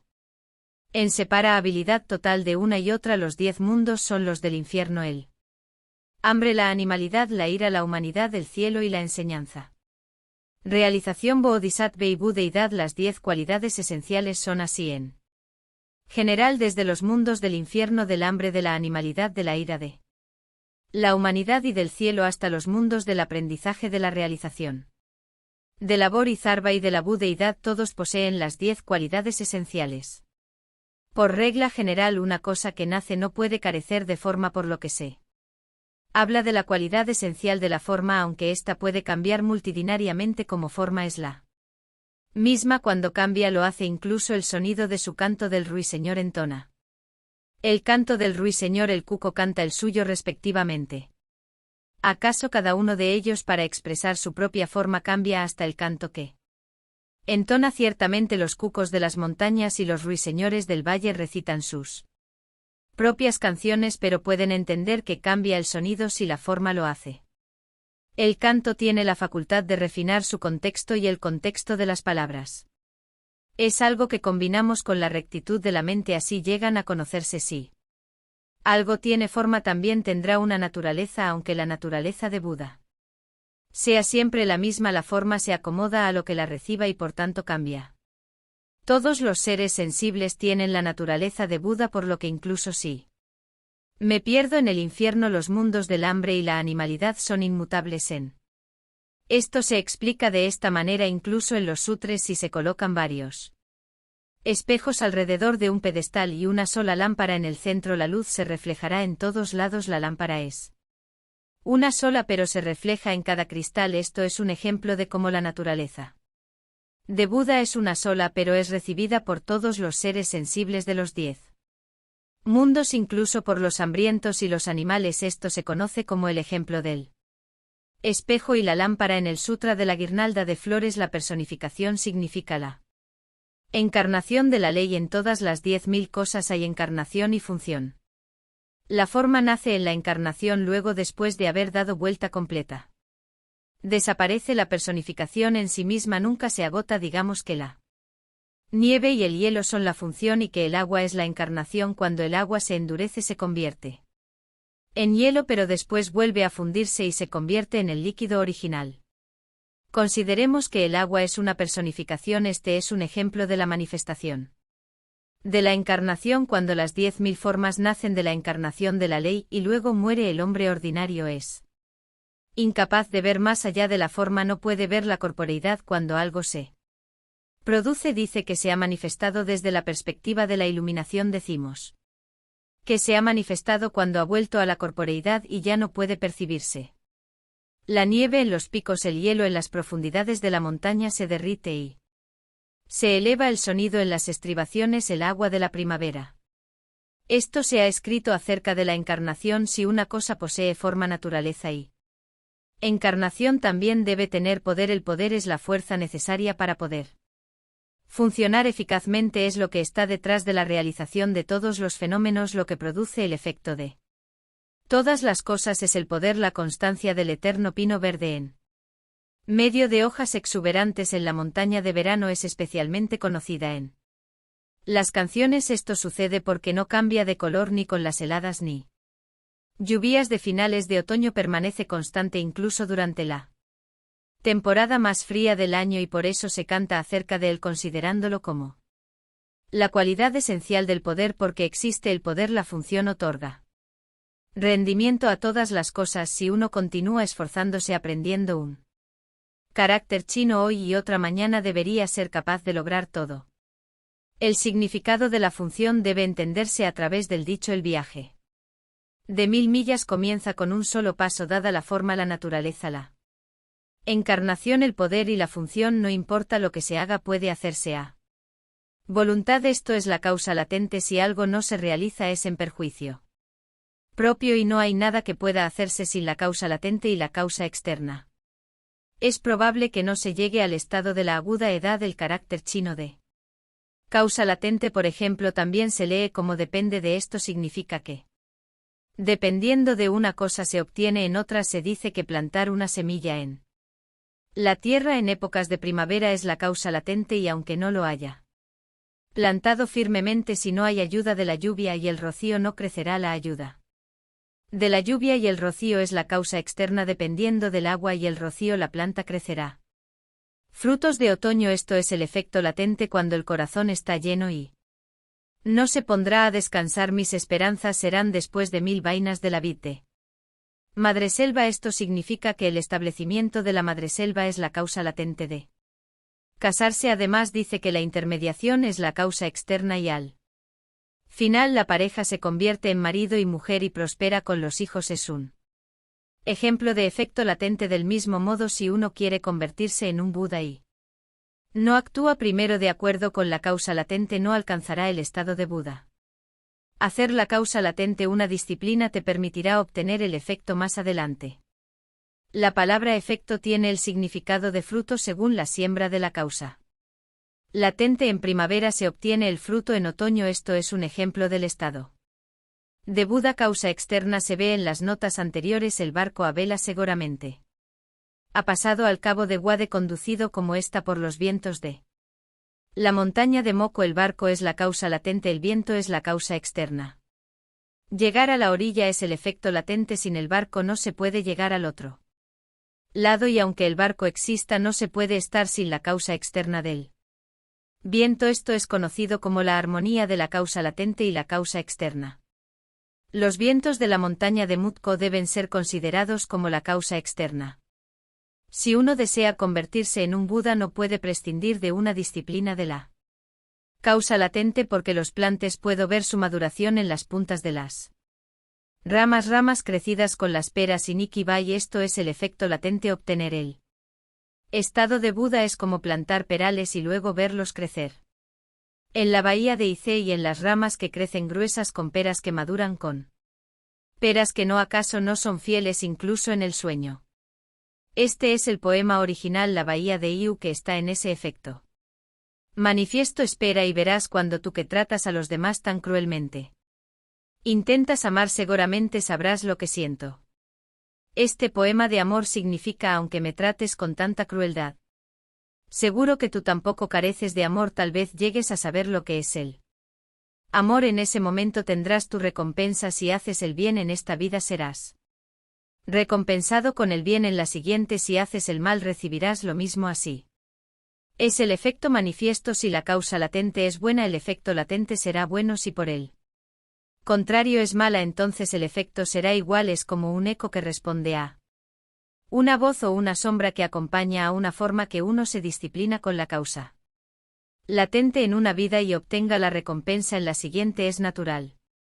Pero también hay ocasiones en las que una causa latente presente esté acompañada de un efecto manifiesto presente, una causa latente en el pasado seguida de un efecto manifiesto presente, una causa latente en el presente seguida de un efecto manifiesto en el futuro, va de un mundo a otro apareciendo antes o después, y es algo que no se puede evitar. También existe la causa latente y el efecto simultáneo. Podemos hacer un ejemplo con la flor como causa latente y el fruto como efecto manifiesto. En un melón la flor y el fruto crecen al mismo tiempo. En la planta de arroz el fruto, el grano específicamente, crece y la flor brota en su copa. Se pueden tomar estas cosas como ejemplo, la inseparabilidad total desde la cualidad esencial de la forma hasta la cualidad esencial del efecto manifiesto. No hay alteración del principio al fin, se mueven de la raíz a la rama y se llaman los 10 puntos.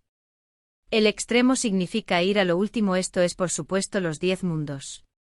Todos los seres vivos, incluso los gusanos pequeños, poseen estas 10 cualidades esenciales, hasta lo inanimado no es diferente de esto. Tomemos como ejemplo los frutos de la castaña y el caqui, decir que estos no tienen ni dolor ni tristeza es juzgar desde el punto de vista de la humanidad. Se puede apreciar que están naturalmente dotados tanto de dolor como de tristeza. La apreciación del dolor en las hierbas y los árboles no se diferencia del semblante de sufrimiento de los seres humanos.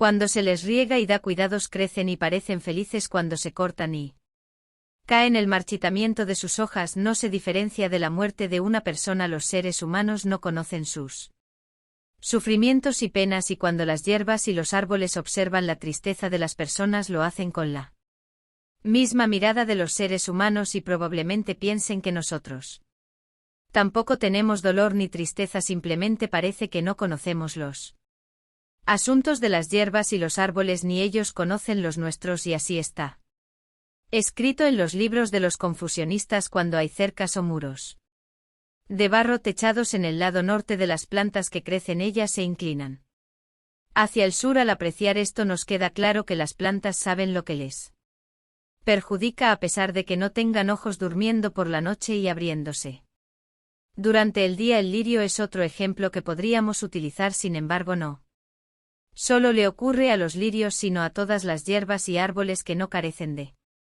esta naturaleza. Es porque no prestamos atención que andamos sin saber. Los que conocen completamente sobre las hierbas y los árboles son sabios, nosotros no entendemos estas cosas debido a nuestras mentes ordinarias y conformistas.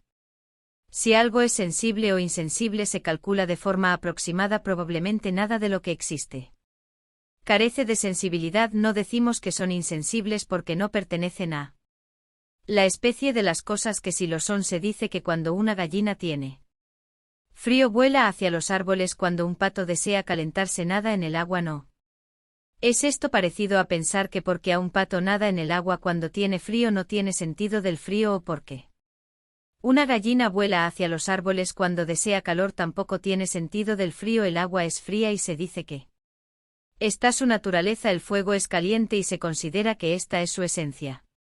Desde el punto de vista del fuego, el agua no tiene naturaleza. Desde el punto de vista del agua, el fuego carece de naturaleza, aunque se pueda pensar así de hecho. Ambos tienen su propia naturaleza. No podemos decir que algo no la tenga. Si observamos al fenómeno de cerca, no se puede pensar que lo que esté entre él cielo y la tierra sea realmente diferente si vemos diferencias es debido a la estrechez de nuestra visión, esto es como si el monte Fuji estuviera oculto por un árbol espeso con muchas ramas y hojas y yo no pudiese verlo. ¿Cómo puede el monte Fuji estar oculto por un solo árbol? Es simplemente por la estrechez de mi visión y porque el árbol se interpone lo que hace que el monte Fuji aparezca oculto. Seguimos pensando que el árbol oculta el monte Fuji sin embargo se debe a la estrechez de mi visión al no entender el principio de las cosas. La gente suele fingir que sabe y criticar a los que sí entienden y, aunque parezca que se ríen de los demás, en realidad se ríen de sí mismos al menos los que realmente entienden deben pensar así. Presta mucha atención al mundo de ahora. La tierra es una madre y el cielo un padre. Si alojamos la semilla de la castaña o del caqui en la tierra, el brote aparece y el fruto de la castaña o del caqui original saldrá sin cambios. De este modo es criado por un padre y una madre. Es decir, que se coloca se refiere a algo que extraído de otro lugar. También para el ser humano la tierra es la madre y el cielo el padre, y el fenómeno que se convierte en hijo es algo traído y alojado desde otro lugar. La meta-existencia consiste principalmente en el pensamiento de las cosas en esta vida presente. Por esta razón, a esta existencia presente también se le conoce como una existencia. Cuando esta existencia llega a su fin aparece lo que se llama meta-existencia. Luego la meta-existencia se altera y hay una realidad posterior o reencarnación. En cualquiera de ellas no hay absolutamente ningún cambio en la mente que está en este cuerpo presente, aunque hay un cuerpo incluso en la meta-existencia. Los ojos humanos no pueden verlo debido a su oscuridad. En cuanto a la mente-existencia de aquellos que estaban profundamente unidos a este mundo, hay casos de personas que los han visto. Debido a que es algo fuera de lo común, la gente duda de estos sucesos y culpa las transformaciones de zorros y perros mapaches o los explica como visiones ilusorias de los muertos. Ambas situaciones pueden darse también. Admitiendo esto, no debemos disponer de todos y cada uno de los casos como uno o el otro. Las cosas reales también existen en este mundo. Tales cosas no están solo en la boca de los hombres, también han sido dejadas por las plumas de aquellos que vivieron en el mundo de la vía y que fueron ellos mismos hombres de la vía. Cuando no estamos a la altura de la sabiduría de los hombres que escribieron estas cosas, debemos comprender que tendremos dudas cuando vemos cosas en medio de un sueño, aunque no las percibamos con los ojos o los oídos que nos fueron dados al nacernos. Encontramos claramente con personas, decimos cosas, oímos, apreciamos colores incluso tenemos relaciones sexuales, luchamos con aquello que nos preocupa a diario y justo cuando creemos que vamos a alcanzar nuestros deseos nos despertamos. Es el despertar cuando nos damos cuenta de que era un sueño. Mientras dormimos nunca pensamos esto es un sueño o esto no es real. Al dormir el cuerpo sigue vivo y atado y no puede ir a los lugares que le gustaría, pero con la fuerza de sus propios pensamientos es capaz de ver estos sitios atrayéndolos hacia uno mismo. Cuando uno muere de verdad y abandona su propio cuerpo, va a donde le plazca como un gato liberado de una cuerda, aunque los propios pensamientos son los mismos que los de un sueño. Ahora es como si pudiera ir libremente a donde desee en medio de una profunda oscuridad o cuando las puertas y ventanas están cerradas. Uno ingresa en un estado de libertad debido a que no tiene forma. En este caso, aunque hay una forma, no existe corporalidad y es como ver el reflejo de una lámpara o la luna en el agua. No hay obstáculos al actuar este cuerpo como barrera. No se puede entrar en el santuario más íntimo, pero la mente puede entrar en contacto con lo que hay dentro, al igual que los pensamientos pueden atravesar la montaña de plata o el muro de hierro. Hay pocas probabilidades de que este misterio sea comprendido por el hombre común. El Buda y los patriarcas lo entendieron, pero la gente común no lo sabe en absoluto. Sin conocerlo tienen dudas y la necesidad se suma a la necedad. Hay muchas cosas que no conozco y por eso simplemente digo que no existen. Digamos que de 100 cosas conozco 6 o 7 cuando me hablan de Las que quedan si digo que no existen entonces 90 cosas han desaparecido pero si reconozco 15 o algo por ahí entre las que no existían han surgido 5 o 6 más. Para los que conocen 20 o 30 el número de objetos inexistentes ha disminuido a solo 70 si uno conoce 60 cosas de 100 las 30 o 40 restantes pasan a ser como las que acabamos de mencionar y cuando uno conoce todas estas cosas y piensa que no hay nada más que no conozca es porque todavía no lo sabe si un hombre avanza haciendo todo con claridad debería ser capaz de percibir todas las cosas si hay algo que es conocido es probable que nadie diga lo contrario pero si alguien lo hace será porque él mismo ignora el asunto un hombre extremadamente tonto debería llegar a saber algo al final debido a su fe por otra parte no dice que un arte marcial a medias es la base de una gran lección entiendo que las 5 raíces no sobreviven en la meta existencia al mismo tiempo las 5 raíces de nuestra vida actual se transfieren al sexto sentido de la conciencia las 5 raíces no tienen forma pero siguen funcionando como el sexto sentido de la percepción es la consciencia carece de forma pero debido a que tienes las facultades de ver y oír en medio de un sueño mientras los ojos y oídos físicos no funcionan se produce una forma diferente y puede oír y ver se llama conciencia porque aunque su forma no existe su función si la forma no existe y es algo que no podemos conocer. Es mejor decir simplemente ver u oír debido a que estos sentidos son transferidos a la conciencia y han pasado a un segundo nivel la forma de las 5 raíces es descartada y sus funciones son llevadas por la conciencia. Aunque las 5 raíces no están presentes en la meta existencia la distinción de los 5 sentidos no es diferente del de la existencia actual uno es incapaz de ver esto desde el exterior pero la persona involucrada será igual que el mundo presente además. Aunque no se niegue la existencia del cuerpo es tan impreciso que es difícil de ver cuando un pájaro vuela por un cielo vacío se vuelve menos claro a medida que se aleja y llegamos a pensar que ha desaparecido aunque hayamos perdido de vista la forma no significa que ésta se haya desvanecido y deje de existir no la vemos porque se ha vuelto demasiado débil debido a que su forma es leve y no se identifica claramente no vemos a una persona en la mente existencia un individuo en ese estado. Puede vernos igual que cuando vivía pero la gente no lo sabe la forma de las personas que cometieron pecados graves y están en la meta existencia es aparente. La gente ve esto de manera natural y los llama fantasmas y cosas similares de nuevo esto no es algo inexistente si las personas estaban profundamente apegadas.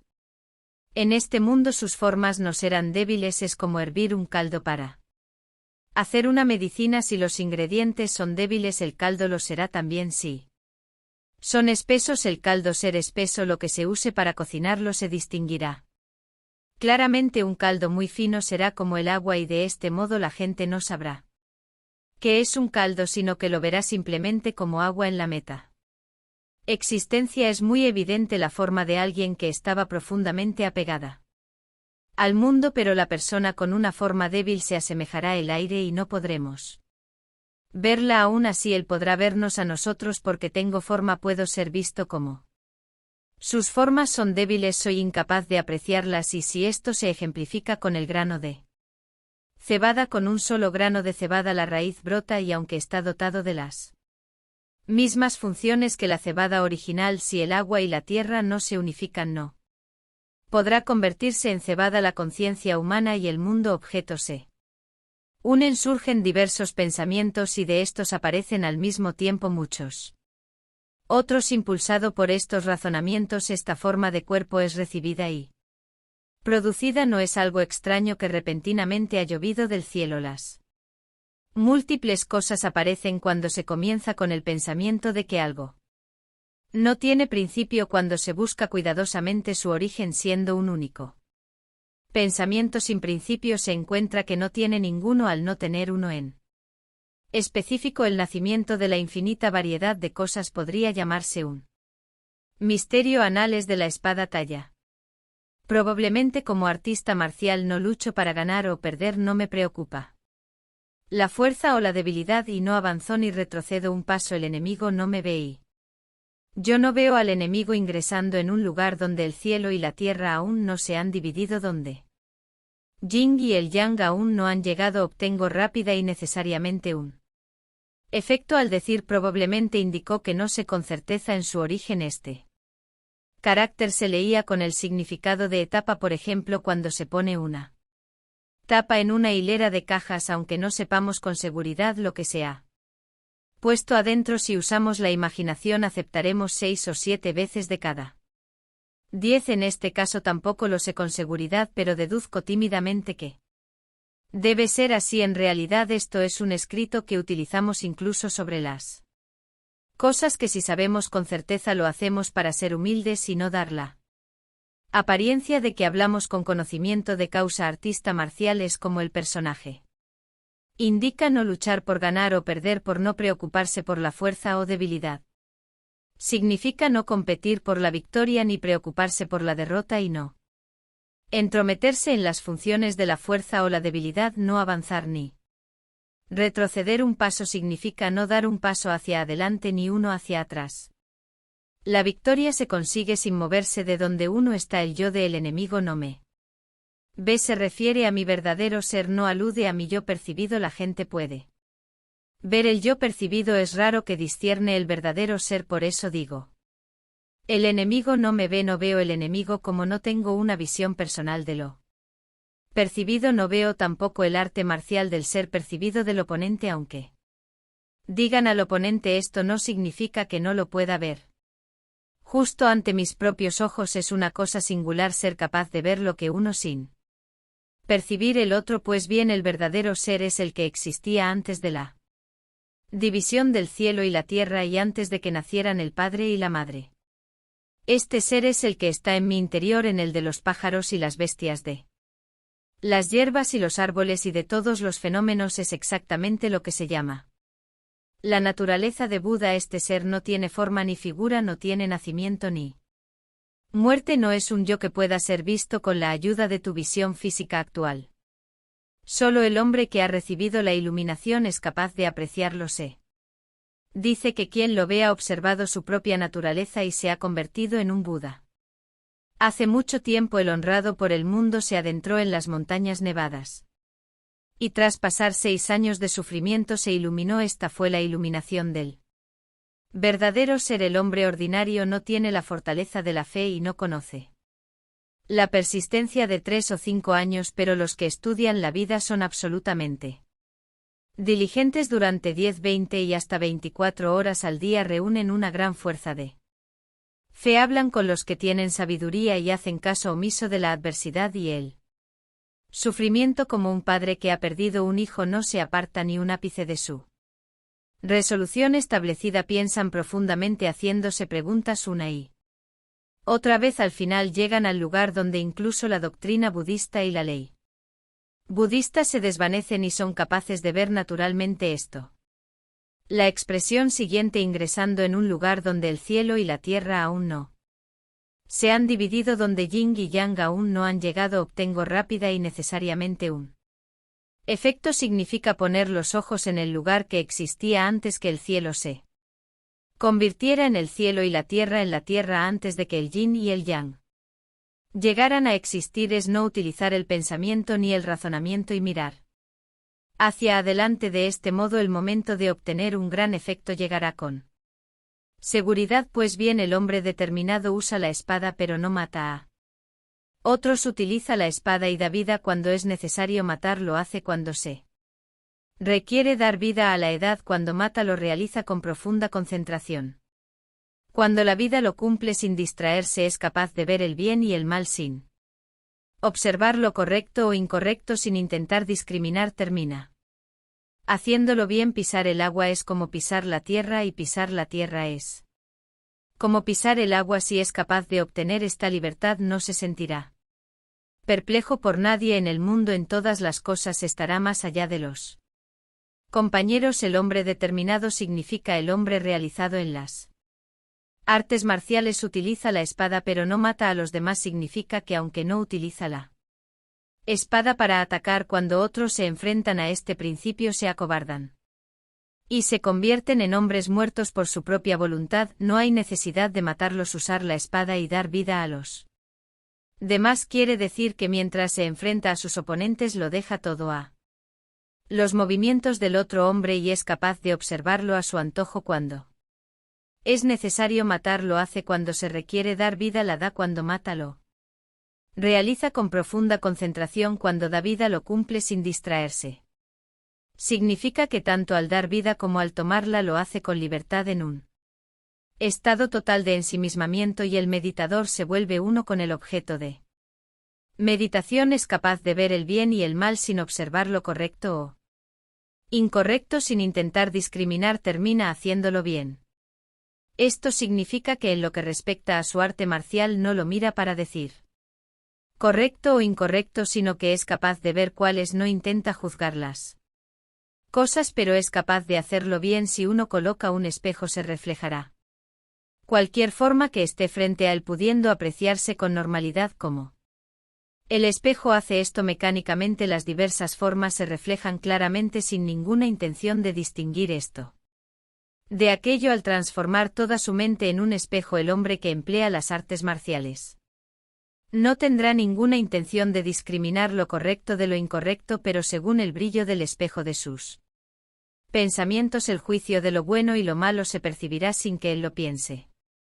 Pisar el agua es igual que pisar la tierra, y pisar la tierra es igual que pisar el agua. El significado de esta frase no lo descubriría nadie que no esté ilustrado sobre el origen mismo de la humanidad. Si el tonto pisa la tierra como si pisar el agua, cuando camine por la tierra perderá el equilibrio si pisa el agua como si fuese tierra. Cuando se encuentre sobre algo líquido pensará que realmente puede caminar allí. Con respecto a este asunto, el hombre que se olvida tanto de la tierra como del agua debe llegar a este principio por primera vez. Si es capaz de obtener esta libertad, no se sentirá perplejo ante nadie en el mundo. De acuerdo con esta frase, el artista marcial que es capaz de obtener la libertad no estará en un dilema sobre qué hacer, independientemente de con qué se enfrente en la vida. En todas las cosas estarán más allá de los compañeros. Esto significa que como él no se asemejará a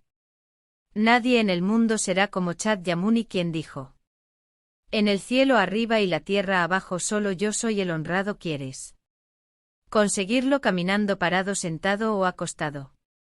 Hablando, permaneciendo en silencio durante el té y el arroz, nunca descuides el esfuerzo. Debe fijar rápidamente la vista en la meta e investigar a fondo tanto al ir como al venir. Así debes mirar directamente a las cosas a medida que los meses se acumulan y los años pasan. Debería aparecer una luz que surge por sí sola en la oscuridad. Recibirás sabiduría sin necesidad de un maestro y generará una habilidad misteriosa sin intentarlo. En este momento esto no se aparta de lo ordinario, sino que lo trasciende. Por su nombre lo llamo talla. ¿Quieres obtener esto? La pregunta indica lo que he descrito anteriormente, por lo que se refiere a si usted está considerando conseguir el significado lo anterior.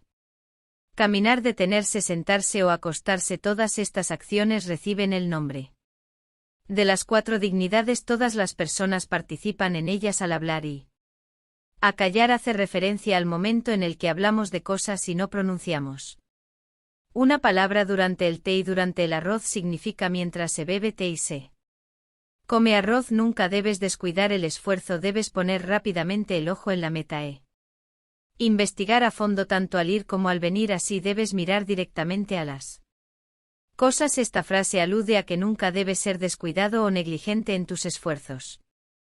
Además, tienes que regresar constantemente a ti mismo. Debes fijarte mirada en la meta e investigar profundamente estos fundamentos. Ves siempre diferente considerándolo que necesitas para estar bien y advirtiendo lo que te llevaría a estar mal mientras observas este principio en todas las cosas. A medida que se acumula en los meses y pasan los años, debe parecerte que una luz surge por sí sola en la oscuridad. Esto significa justo en este sentido debes continuar con sus esfuerzos incansablemente conforme avanzas junto al crecimiento de meses y años. La obtención que hagas por tu Cuenta del principio misterioso será como encontrar de repente la luz de una linterna en una noche oscura.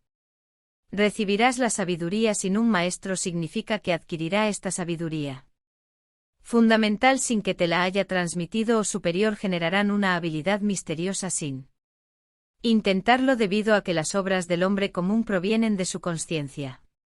Son todas acciones del mundo de los fenómenos creados y están relacionadas con el sufrimiento de igual manera debido a que las acciones no creadas se generan a partir de esta sabiduría, solo ellas son naturales y pacíficas en tal momento significa precisamente lo mismo indique el instante en que se recibe la sabiduría sin necesidad de un maestro y se genera una habilidad misteriosa sin intentarlo. Esto no se aparta de lo ordinario, sin embargo lo trasciende. Significa que esta misteriosa habilidad sin creador no se genera de lo inusual. Dado que solo las acciones del carácter cotidiano se convierten en lo creado. Este principio nunca se aparta ni se separa de lo ordinario, lo que no significa que las acciones ordinarias en el mundo de los fenómenos creados del hombre común sean totalmente diferentes. Por eso se dice que esto no se aparta de lo ordinario pero lo trasciende.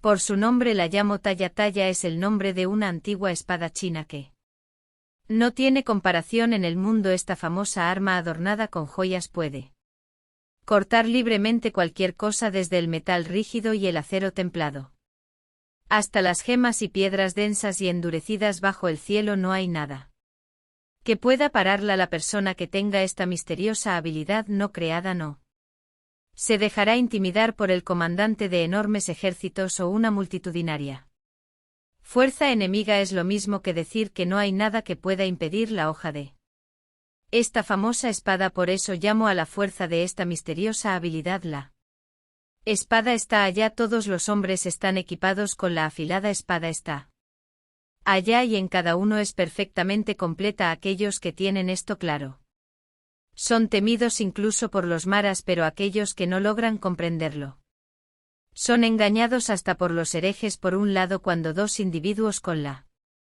misma destreza se enfrentan no hay conclusión del encuentro. Es como la flor que sostiene Sakyamuni y la sutil sonrisa de Cayapa.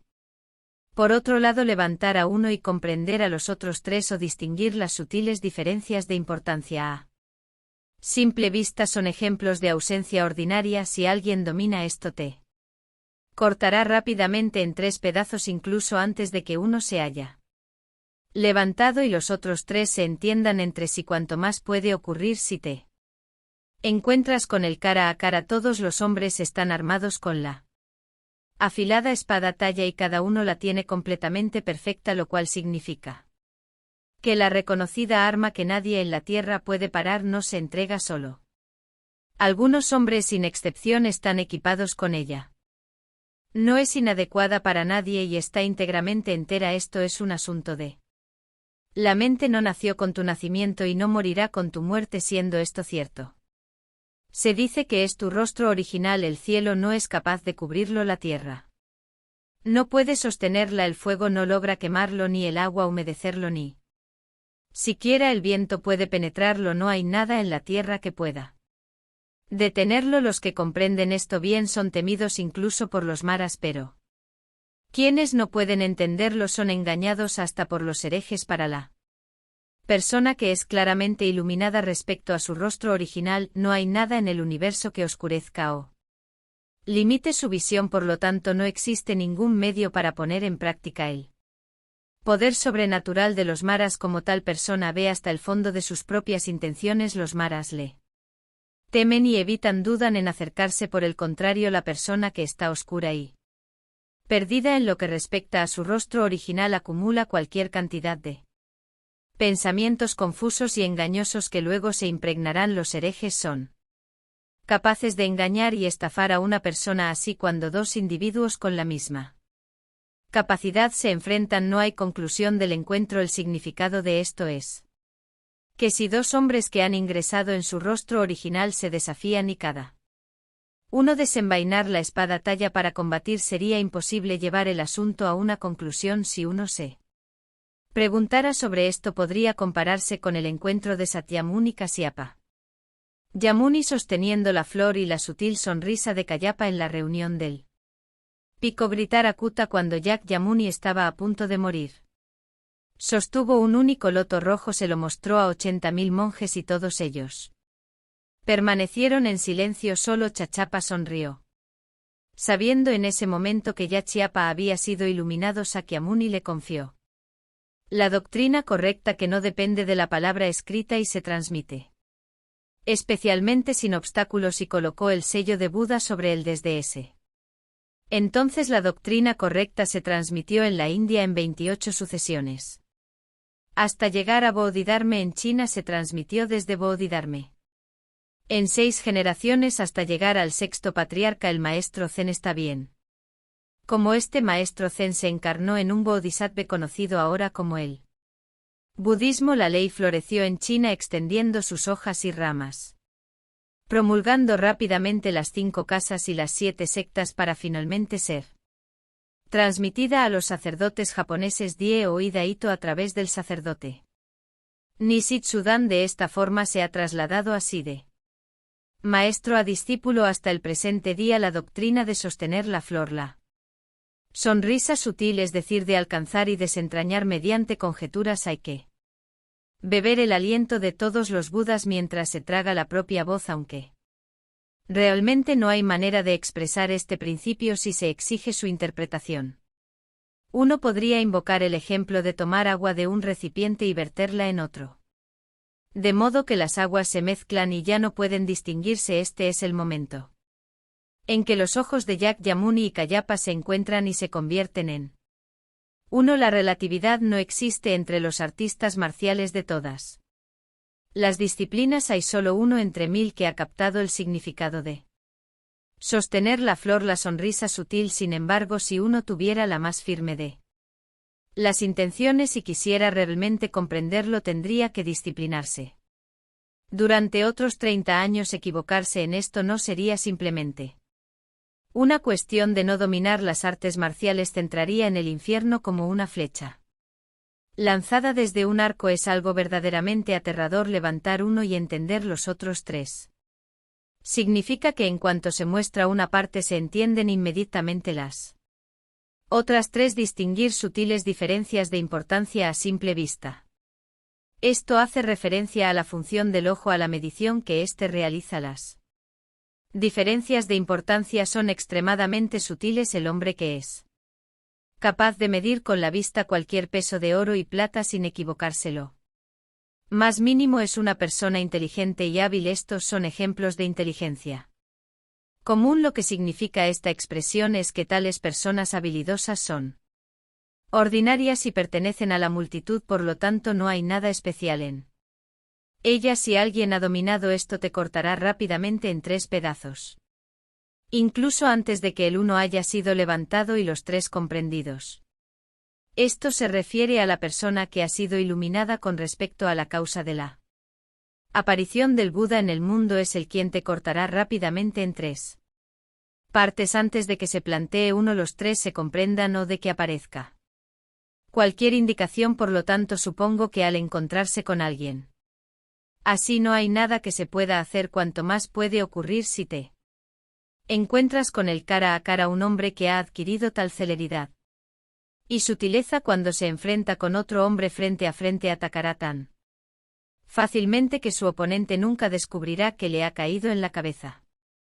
Al final, un hombre así nunca expone la punta de su espada, ni siquiera el rayo puede seguirle el ritmo de su velocidad. Su brevedad es tal que se va incluso antes del rápido viento de la tormenta. Al no tener una táctica así, si uno al final se enreda o se confunde, dañará a su propia espada o herir a su propia mano y se quedará corto de destreza. Uno no adivina esto por impresiones o conocimiento. No se transmite mediante palabras o discursos, ni se aprende mediante ninguna doctrina. Esta es la ley de la transmisión especial más allá de la instrucción. Al final, un hombre así nunca expone la punta de su espada. Significa que un maestro nunca desde el principio muestra intenciones de utilizar su arma, ni siquiera el rayo puede seguirle el ritmo de su velocidad. Su brevedad es tal que se va incluso antes del rápido viento de la tormenta en cuanto a la velocidad de la técnica.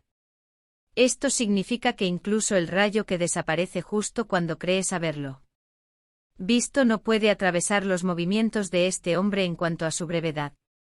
Desaparece incluso más rápido que los finos granos de arena que son soplados antes de la tormenta, no teniendo la técnica. Si uno al final se enreda o se confunde, esto indica que sin tal habilidad uno termina adheriéndose a la elevación de su espada o a la aplicación de su muerte y dañar su propia espada o herir su propia mano y quedarse corto de destreza significa que se estropeará la punta de la espada, se cortará la mano y perdiendo la facultad de ser alguien habilidoso no se adivina esto por impresiones o conocimiento. Impresiones o conocimiento se refiere al saber y a la discriminación dentro del corazón humano.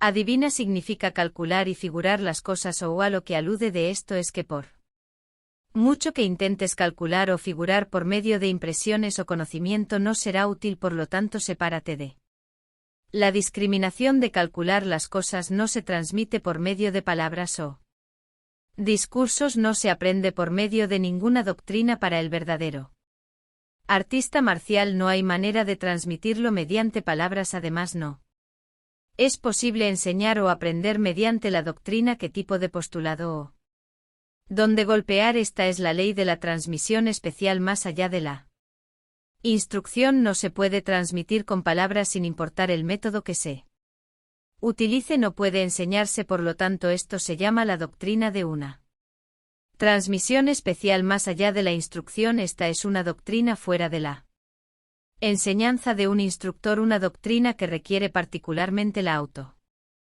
iluminación y la realización por uno mismo. No hay ninguna regla establecida para manifestar esta gran habilidad. Acción ordenada, acción contraria, ni siquiera el cielo lo determina. Entonces, ¿cuál es la naturaleza de esto? Los antiguos decían: cuando una casa no tiene un cuadro de un país es como si no tuviera fantasmas. Sí.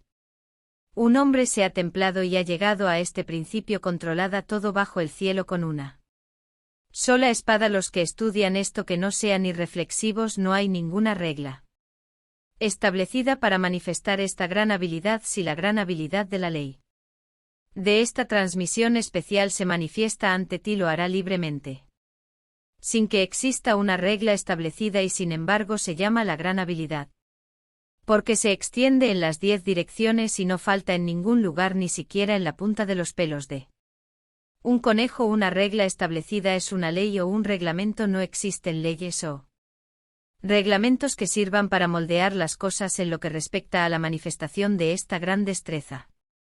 Acción ordenada, acción contraria, ni siquiera el cielo determina esto. El hombre que manifiesta esta gran habilidad, ya sea que actúe de manera ordenada o contraria, es libre y sin obstáculos. Entonces, ¿cuál es la naturaleza de esto?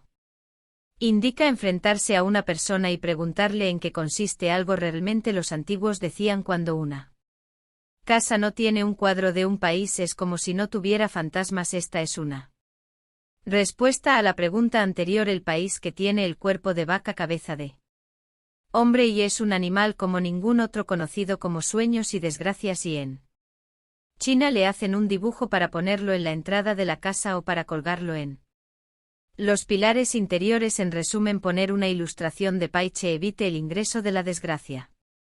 La persona que no tuviera fantasmas en su casa desde el principio ni siquiera pensaría en hacer un cuadro de Paiche y colgarlo en algún lugar, es decir, quien ha adquirido el uso del ordenado y lo contrario, debido a que ni siquiera el cielo puede determinar lo que hay en su mente, trasciende completamente el dolor y el placer. No tiene desgracias en el cuerpo ni en el hogar, es por ello que su mente no anhelará una imagen de Paiche y su propio mundo será una cosa de belleza. Sí. Un hombre se ha templado a sí mismo y ha llegado a este principio, controlará todo bajo el cielo con una sola espada. Esto significa que si uno se disciplina a sí mismo de este modo, templando exhaustivamente el metal puro 1000 veces, se vuelve instantáneamente libre, como el rápido desviado de un arma debería ser. Como el fundador de la dinastía Han, controlando todo bajo el cielo con una sola espada. Los que estudian esto que no sean irreflexivos Aquellos que estudian el misterioso principio de esta espada no deben adoptar fácilmente emociones irracionales, sino que deben esforzarse por aumentar su propio brillo al continuar intensamente sus propios esfuerzos. No deben ser negligentes ni siquiera por un momento. Esto ha sido Una mente sin límites, audiolibro completo en español escrito por Taiwán Sojo, narrado por Geraldo Medina de la Biblia. Gracias por la atención. Recuerda suscribirte para que no te pierdas de nuevos audiolibros. Deja tu like si te gustó.